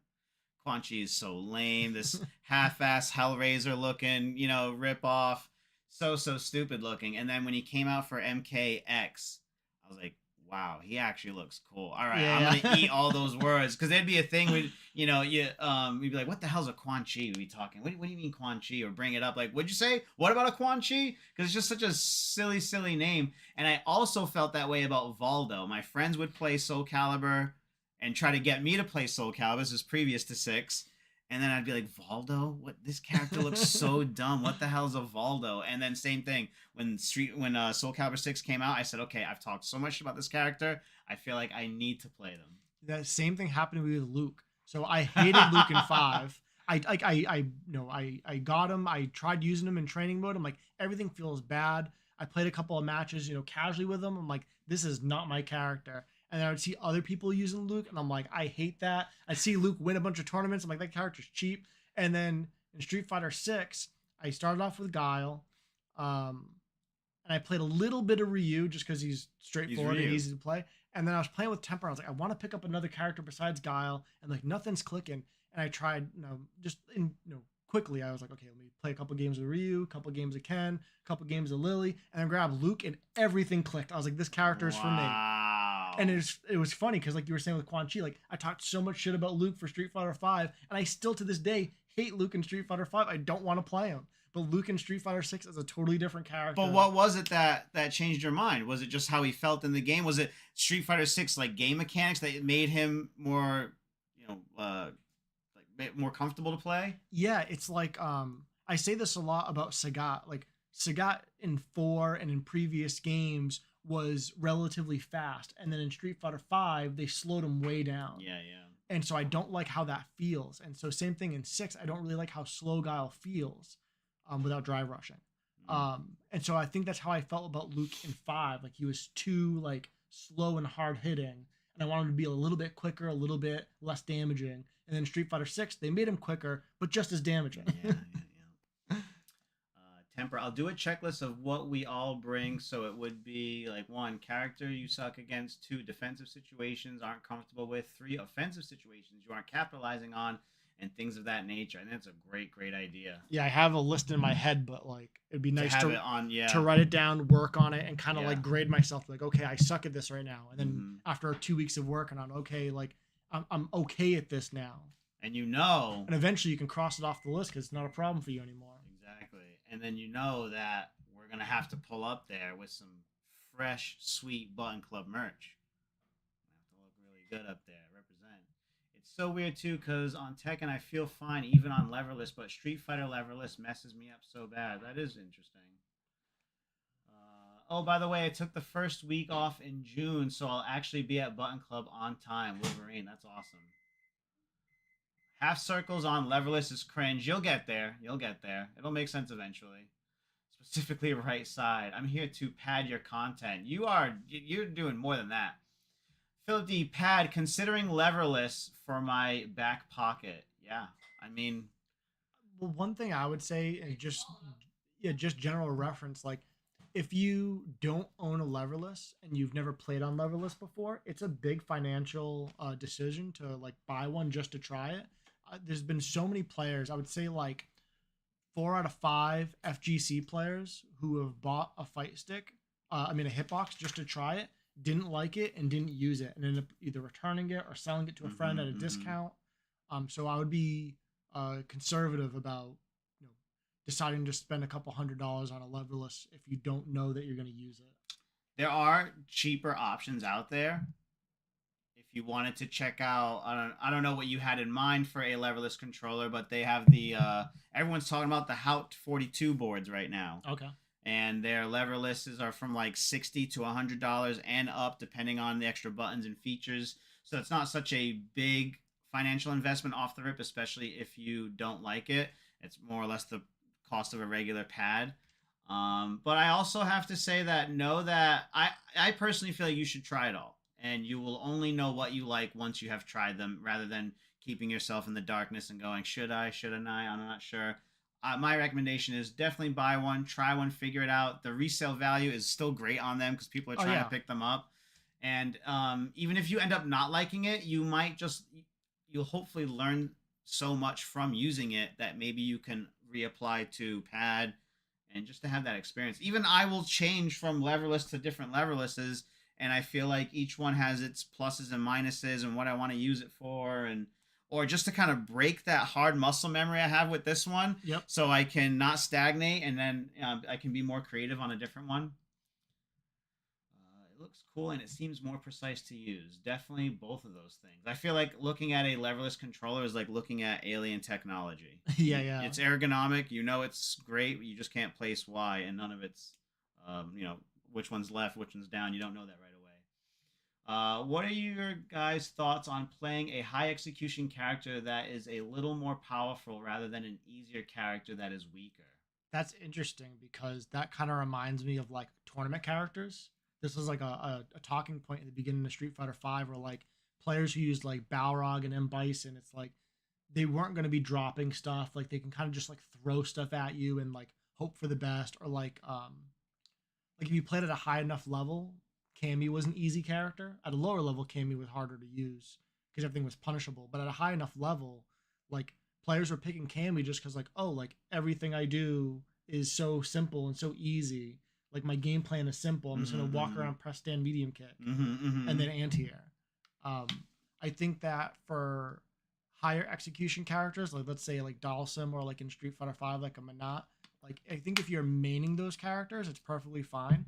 But I think trying to use those characters as like a counter pick or like a backup character, it's kind of like I hate to say it, it's almost like a waste of effort. It's like you're putting in so much time and effort for such a small advantage. Just to fill in your character's shortcomings, right? It's not your shortcomings, but it makes them harder on you. Right, exactly. So like let's say your main character in Street Fighter V is, I'm trying to think of like a pretty good character like Karen. So if you're maining Karen in Street Fighter V and then you pick up Manat on the side, it's like why? Why? Yeah, there's no need to play anything else other than the Karen game, right? Right, exactly. It's like, yeah. I mean, I guess the answer is pick an easy character that's also strong. Yeah. And they exist nowadays, right? You can have your cake and eat it too. And then there's something to be said about like even my character switch within Street Fighter 6. I knew I wanted to play Guile as soon as I saw his trailer and I knew he was going to be in the game. I said that's my character all day. And then when I didn't see a Guile in top 8 Evo for the first year, I was like, this could be a warning sign. Let me pick up Ken. Ken's obviously top tier. Everyone's talking about Ken, but even to this day, now I've had lessons with Ken from outside of Button Club sources, and I put a lot of time into him. But to this day, right now, if I was to play against my brother, and I had last week, he said your Guile's still better than your Ken because, and he feels like it suits me better because he is less complex and he's still doing great damage. So my options are it's less taxing on my brain rather than which combo did I just hit him crouching, that means I get this combo path, and then while I'm thinking of it I'm dropping the execution. So you really just got to play what works for you. Yeah, and ultimately the answer is it doesn't matter if they're high execution or if they're hard or if they're strong or they're weak. You have to love your character. And you have to love all your characters. Even if you have a backup character that's for counter picking, you have to love that character too, or else you're going to be miserable playing the game that you're supposed to be having fun. That's usually how I train. I have one thing I get better at in a session and add cards to my deck so I can siphon through this guy. You guys are on it. Thank you so much to everyone for all of your participation, hanging out with us. We've been steadily at like 18 to 20 viewers, which is really, really great. And that might inspire us to maybe want to do more live streams with you guys. And it makes it a little bit easier for Alicia when it comes to the editing, because you didn't even know the amount of hours she put in that Nth Creations video. Oh, really? The rule of thumb is an hour of footage. I'm sorry, an hour of editing is roughly a minute of footage, and that basically timed out with how much work Alicia has put into that video. Wow. If you consider the editing, about 15 hours plus the 2 to 3 hours it took to film and set up and all that, so a lot of hard work. Do you guys think about playing a high execution character as a specialist, but also that same character nobody really knows the matchup, like Xian? Oh, Gen? Okay, yeah. So I think at like a really high level, like if you're a pro player, it's a legitimate strategy. But for players like us who like, you're trying to do well at your locals, you're trying to beat your friends, like you're trying to, level up and get higher rankings online, like I think using a character for the sole purpose of being like, oh, people don't know the Lily matchup, so I'm gonna have a pocket Lily, and then when they beat my main character, I'm gonna knowledge check them with this. It's like, did you really win? Did you really outplay them? Do you feel good about it? Like, is it worth it to you? That's the question I would ask. It's not worth it for me. I personally don't feel like I learn at a very fast rate. But I'm sure a lot of people would say that about themselves. And I just feel like it takes me a while to really get a hold on things. So to put time into another character just as a wild pick to count, I couldn't. Because then if I lost, I would have to think to myself, I should have just picked who I known and liked. And if I won, I'd go, like you said, did I really just win? What just happened?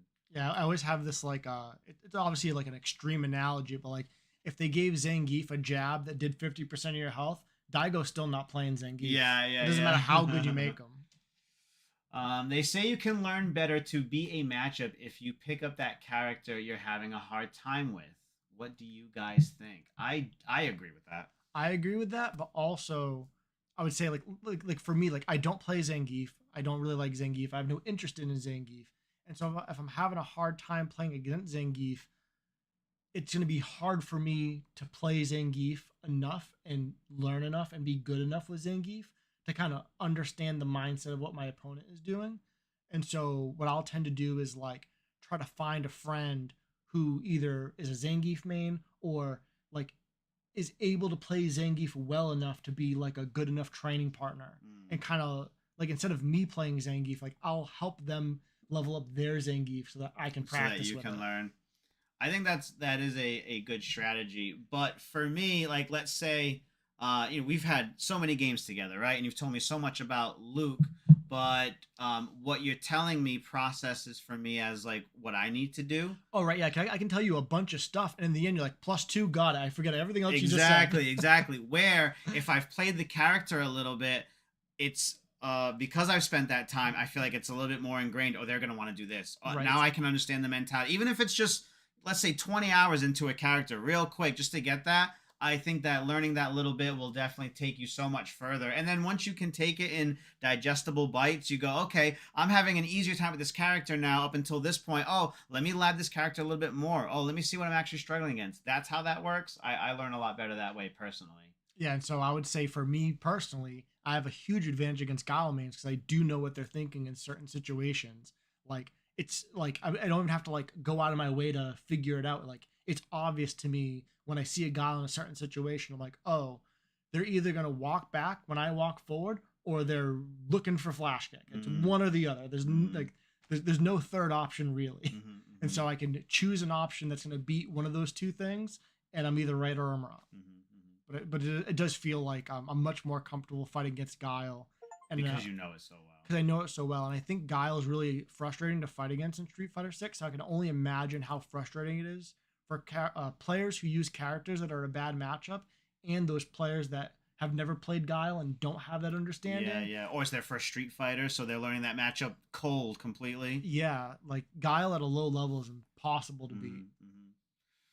Ed in Street Fighter 6 kind of has that going for him, and I think he's low key really strong. I think the Ed development, the fact that pros are picking up Ed and have kind of a pocket Ed like Punk, and even Ending Walker, they see the strengths and weaknesses of that character. But I think in certain matchups, that character is really really good. A really brainy character, a bit too brainy for me, but Yeah, I see that. I think the other thing with Ed, like at the highest level, like you're talking about Punk and Ending Walker, like they can bring any character to a level and make them look strong, whether the character has those merits or not, which I believe Ed does have. But like at a more realistic level, like let's say you're fighting against like a 1500 MR Ed player, what I find that they're doing is more annoying than good.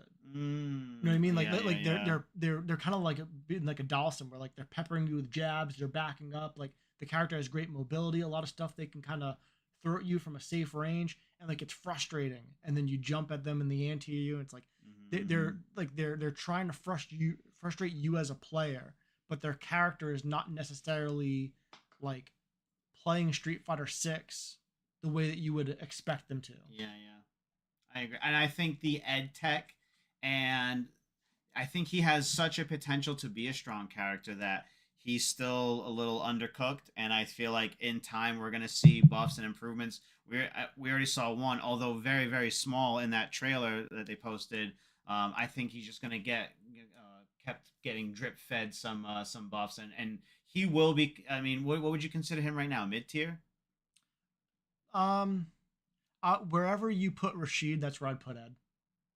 Oh, So Rashid's like not S tier. He's probably like close to the bottom of A tier. yeah. And so that's where I'd put Ed right now. But I agree with you. Kind of like a Dalsum, the more time the players who love that character get to play with him, they're gonna figure things out and bring him to a level where it's like the character didn't get buffed, but the players are buffed. Yeah, yeah, yeah, and it seems so strong. What is a game that you think is hype but could never get into yourself? That's a really good question, Tomato. I got a few. Yeah, go for it. Marvel versus Capcom, any of them. That's pretty Okay. fair. I mean, you could do it. I believe in you. You think? I feel like when I watch that game, I don't know what's going on, let alone while I'm playing. Sometimes Street Fighter 6 feels super fast. I can't even believe the things I've done in Guilty Gear, because that game melted my face with its speed and consistency. That and maybe like even Dragon Ball. Dragon Ball Fighters looks like a beautiful game, but it just looks also super intimidating to me because I can't see what's going on. Left, right mix ups, high, low. Beautiful game, but yeah, overwhelming. You got anything? Oh, I was gonna ask you, like, what about a game that's not a fighting game? Ooh. Those Final Fantasies are intimidating. Those new ones. The I new don't think. ones? Yeah, I just yeah, I don't know. Or like I don't know about intimidating, but maybe just not like Not your cup of tea. not but, my yeah, like you like to watch it, but you don't want to play it. yeah, like I don't want to put my brain meat on it, basically. You know, like I don't want to even have to use the brain power to do it. And that's kind of actually a lot of games, because especially it all goes back to what are you doing right now? You should be playing Street Fighter. You should be getting better at Street Fighter. Yeah, for me, for a long time, it was actually like competitive Pokemon, and I kind of had this excuse of like, I enjoy watching the videos, but I don't really want to play. And I kind of thought to myself, like, well, what would I tell a fighting game player who told me that about Street Fighter? I'm like, well, if you just put enough time over a long period of time, Yeah. you'll get better. And like, you don't have to win Evo to be good at the game or to enjoy it. And I was like, why don't I just take that mentality into VGC, Pokemon battles? And so over the last like year or so, I've been consistently playing and getting better and like understanding more and more. And like, I'm starting to get to a point where like I'll face someone online and I'll clearly understand things that they don't understand, and I'll just like completely outplay. I'm like, okay, that felt really good. And then next game, the guy's gonna do it to me. What else we got here? What kind of characters you guys want to see in season 2, and what would you like Capcom to improve on as far as communication for incoming content? That's a loaded question, my friend. Yeah, I would like to see the patch notes now, please. Yeah. So I don't know if you guys remember. I think it was season 3 or 4 of Street Fighter 5. It was the season where Blanca and I think that was 3. Yeah, and Sakura came out. Yeah. And it was when they were releasing the first character, they announced all the characters up front. And then they said, okay, here's the characters, here's roughly when they're going to release, here's the bundle, you can buy them all together. I thought that level of communication was great, because now you know what to expect, you know what to look forward to, you know if your character is 2 characters away and you're excited for that character, like, okay, I'm gonna invest time into Street Fighter now so that in 5 months when Sakura comes out, I'm ready. Yeah. Versus finding out Sakura's coming out a few weeks before she does and being like, oh crap, I haven't played Street Fighter in 3 months, now I have to start grinding. And I also think it was just really fair, because they were basically asking players, like, buy the bundle up front and then we'll tell you who characters are in it later. It's like, no one's going to do that. Yeah, because you're taking a risk. Yeah. I don't mind some of the secrecy of something to look forward to, because sometimes I feel like if you're going to get a list of characters and then none of them hit for you, you're like, well, this season's kind of a wash for me. But, like, well, I guess I'm sticking with, so-and-so unless they get nerfed to the ground. So I do like that little bit of an element of surprise. Or I feel like in this situation, for what Street Fighter 6 is, it would have been nice to know, even let's say, like, we knew we were getting patches for the one that happened previous to the season 2 patch, right? We knew we were getting a little bit, but it was all teased. I think it would be really nice of Capcom to say, like, hey, just so you know, in case it's not obvious, we're working on season 2 patches. We are listening to you guys, and we have some great ways, or some unique ways to implement what we think you guys are trying to tell us. Just because no one knew anything about season 2 until Akuma came out, and then it was that testing that they had in Japan. They wouldn't even let cameras into that one because of all the stuff that happened with the previous patch. So I just think communication like that would be great. And you're seeing that a lot in the NRS community right now also. Nothing's being talked about. Ed Boon is very, very popular on Twitter usually. But after this game came out and then kind of was starting to tank, he keeps it strictly business. And he's not as trolly or trying to create buzz around, because he knows he's just going to get loaded in the comment section with, what'd you do to my game? How come so-and-so's not in the game? Why is this like this? And blah, blah, blah. Yeah, and honestly, he doesn't have to. He already has your money. Yeah, exactly. Yeah. But, like, you want to make sure you get their money next time. So you got to play devil's advocate. You have to, like, ride that line into, let's talk about it, but I can't tell you everything. I think that's a good place to go. And as far as season 2 characters, my bet is that season 2 will be Street Fighter 4 characters. I hope that that's true. I think that a lot of Street Fighter 4 players who didn't love 5 are now back in 6. And I'm sure they're, having success with the characters that are here. But if you could bring back their Street Fighter 4 main, it's gonna be wild. Yeah, you need that. And then as far just as no El Fuerte. Yeah, no. I think there's a lot of characters that no one really wants to see, but you got 4 in the pocket you could list off right now. 4 characters. Yeah, for season 2. Adon, Abel, Sea Viper, and let me think of a good one. The Capray. Capray, okay, that would change it up. I'm with you on Abel, and Sea Viper. I would like to see. Oh, there's another character I just thought of. Go ahead. Fei Long. Fei Long, yes. I was gonna say a reskinned Um, fuck, I had his name, and now the guy in the yellow suit, the Rufus. Rufus. Oh, I liked Rufus. I'd like to see a reskinned Rufus and Fei Long. That is my Street Fighter 6 Season 2 from the forecast wish list. I think that'd be super, super hype. Yeah, and I think that if they are gonna do like brand new characters, it shouldn't be too many. Like maybe one. No, no. And so that was something that people were saying that aided in Street Fighter 4 being the returning characters for Season 2 is the fact that Street Fighter 6 released with so many new characters that it was enough on launch that now we need to start creeping in the fan favorites before we start bringing in the new heads, which I think might be more for like Season 3 or something like that, you know? Yeah, or just continue to trickle in like one or two new characters each season, but like don't do a whole season of new characters because that's not going to do well unless like that's not going to do well beforehand. It'll do well if they are broken and out and people talking about it. Right, but like even a character like Aki that's so similar to Fong, it's like that like people were way less excited for Aki than they were for Rashid. Yeah, but I feel like the discourse now is almost the opposite. I feel I see so many Aki players, and I feel like the reception towards her compared to Fang is night and day. No one liked or wanted Fang in the game, but Aki right now, I think she looks cool. I like playing against that character because she's doing things like him, but more unique to her.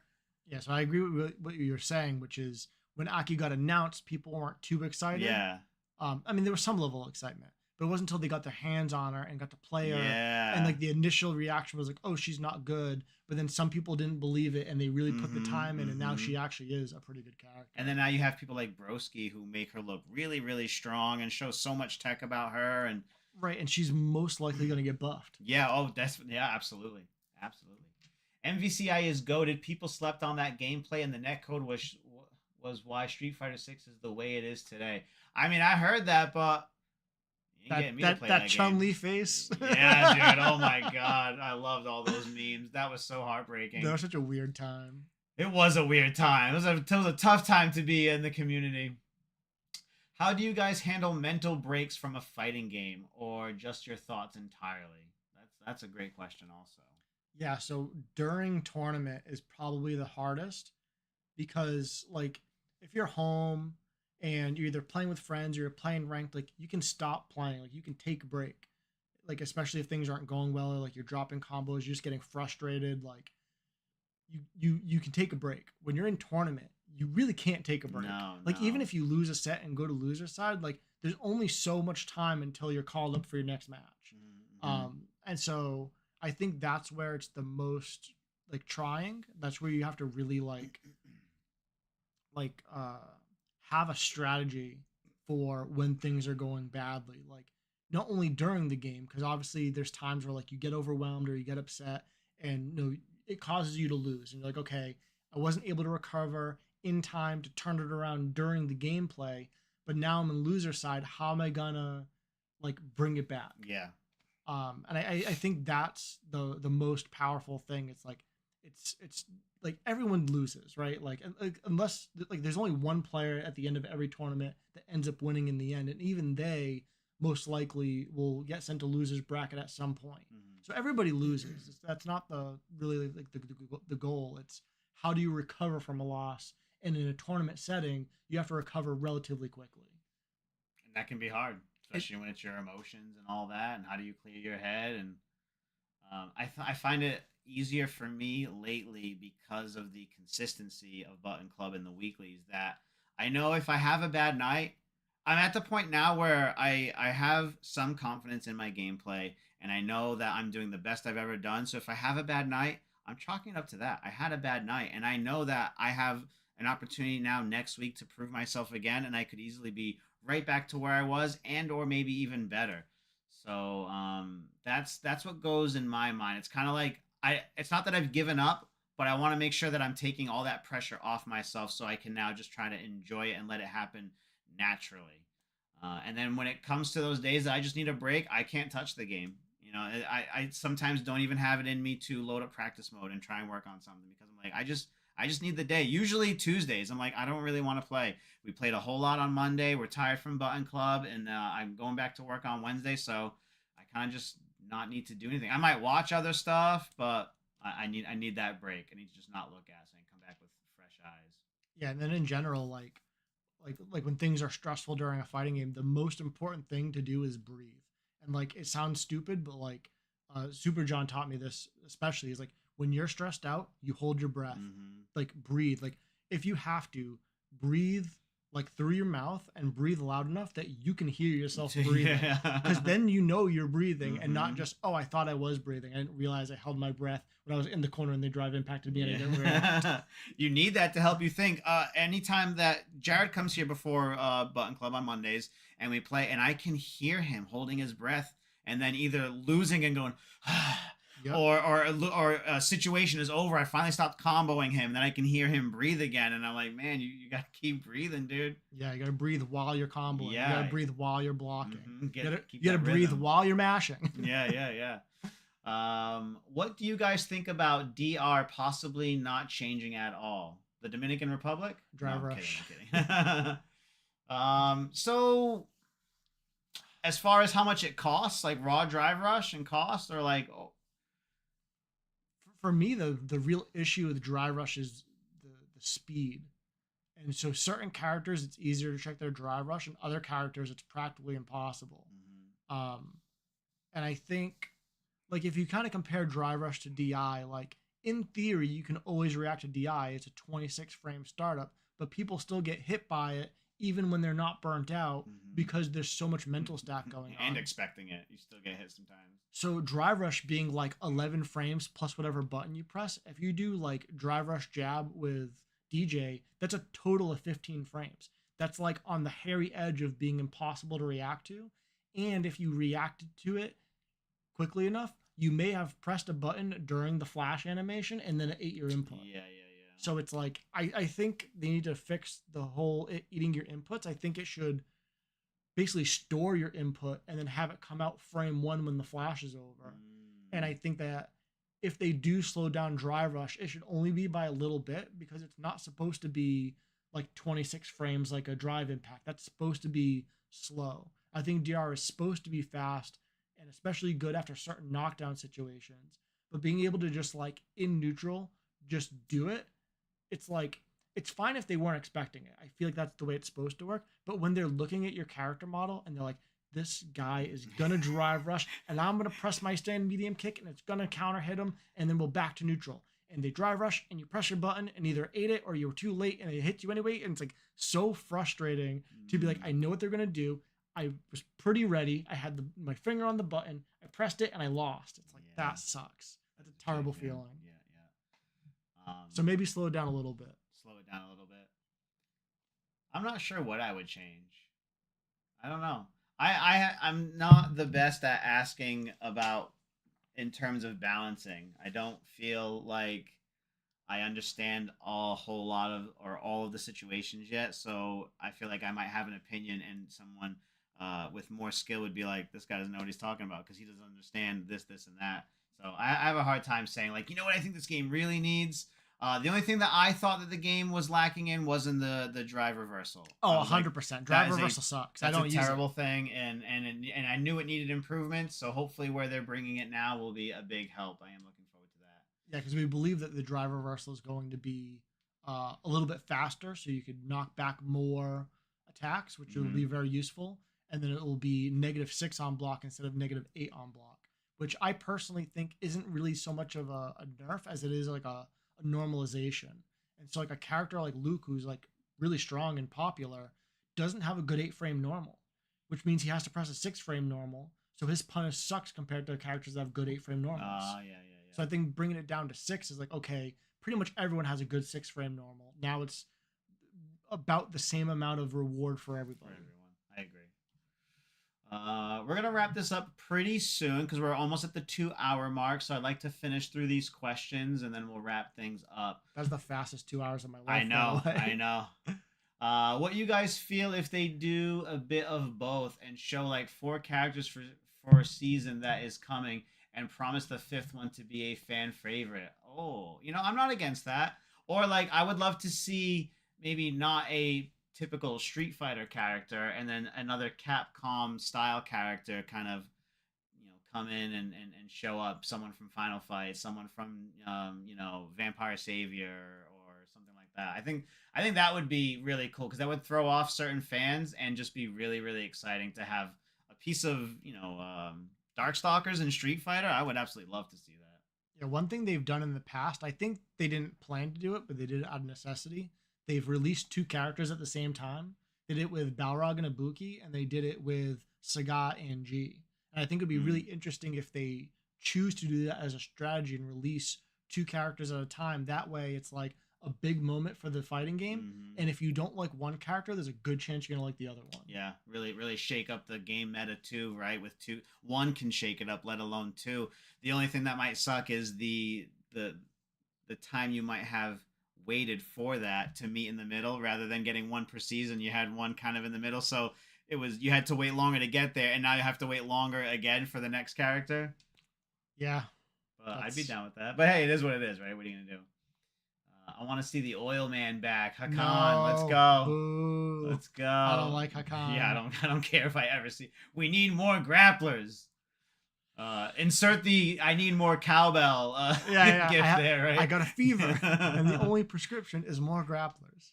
5 characters a season would low-key be optimal. 3 returns, 2 new per season. Yeah, that's a big ask. I could see that. I think the current schedule of doing like 4 per season is kind of low. And then I was unpleasantly surprised when I realized that Akuma being the last season 1 character is basically the first season 2 character. Yeah, he's right on the cusp. Right, so it's kind of like we only got 3 characters for season 1. Yeah. I'm not a dev for good reasons, though. What else we got here? My goal is to have amnesia after every round. You mean the move or actual amnesia? You just want to forget everything. Unless a lobby gets set up, I don't even look at my fighting games on Tuesdays. Yeah, see, I know I need that break. Because then, like, by Wednesday or Thursday, I'm like, all right, Monday's coming. I got to get back. I got to start. Let me watch that replay. Let me see what happened. Yeah, time to do the homework. Yep. Holding breath is super calming during adrenaline reactions. Yep. I really like meditation before the next game. I try to do it. I saw Taquito do it. What is your meditation regimen? I'd love to hear more about that. Funny because Street Fighter V Dash pissed me off more than Street Fighter 6 Drive Rush with 9. So I was actually going to say that. I know dashing was a big deal in Street Fighter V and having to check the dash. So that's actually a great response to that. I was going to say, how similar is that to that from that game? Yeah, and in a way it is pretty similar because like most dashes in Street Fighter V were 16 frames, but a handful of characters has had 15 frame dashes, which like I said is like borderline impossible to react to. I think if you're looking for something and it happens, I think like typically like an extremely fast reaction would be like 12 frames. Yeah. So being 15 frames, like it's really, really, really close to even be able to do anything about it. And even then, it's like if they dash up and react with a jab, then they might just block your jab, and you didn't get a reward for doing it. Grapplers would fix the game from a King main. Yeah. King for season 2. Yeah, there you go. Yeah. To have the Tekken into Street Fighter, that'd be something else. Can you imagine with all the grapple breaks? And that would be now like Bandai Namco community's like, yeah, now we get to piss you off in your game. Yeah, so put King in Street Fighter, then put Akuma back in Tekken. Yeah. Yeah, that's paying for the Tekken 7 war crimes. Close my eyes, have a self-talk about the work I've put in, and think about what got me hit, and take deep breaths. Very nice. Through the nose, out through the mouth. Street Fighter Cross Tekken again? Well, I would say this was a very, very successful episode of the Safe Sets podcast, and a lot of fun. Yeah, it was a lot of fun. If time flew by, there was a lot more people in the chat than I was expecting. A lot more questions, a lot of good questions. A lot of great questions. None of those were filler questions. Those were all deep and from the heart. Yeah. So I would love to just thank all of you for tuning in and hanging out with us and chatting it up. We really, really do appreciate it. If you enjoyed this video, please give it a like. Comment down below any other questions that you'd like us to answer. Maybe in a future podcast we can handle all those for you. Please hit the subscribe button if you love Button Club FGC content, because we are on our way to 2,000. We've just reached the 1,900 subscriber mark. And the nth video is really helping us out with that. So if you haven't checked out that video, please check out the unboxing and initial reactions of the nth Creations buttons. And we have plenty of more exciting news coming up, but I don't want to spoil anything just yet. I would like to announce it as it happens. Have a good night, guys. Be there Sunday, you fools. Sunday? For the Sunday morning matches. Oh, okay. Yeah. All right. Yeah. No, good call. Because I was already like, Sunday? Who's the fool now? This guy doesn't know that Sunday is not Monday. All right, guys, that's going to wrap it up for this episode of the Safe Sets podcast. We hope you have enjoyed. We will catch you guys on the next one. For me and for Ricky, keep pressing them buttons and stay safe.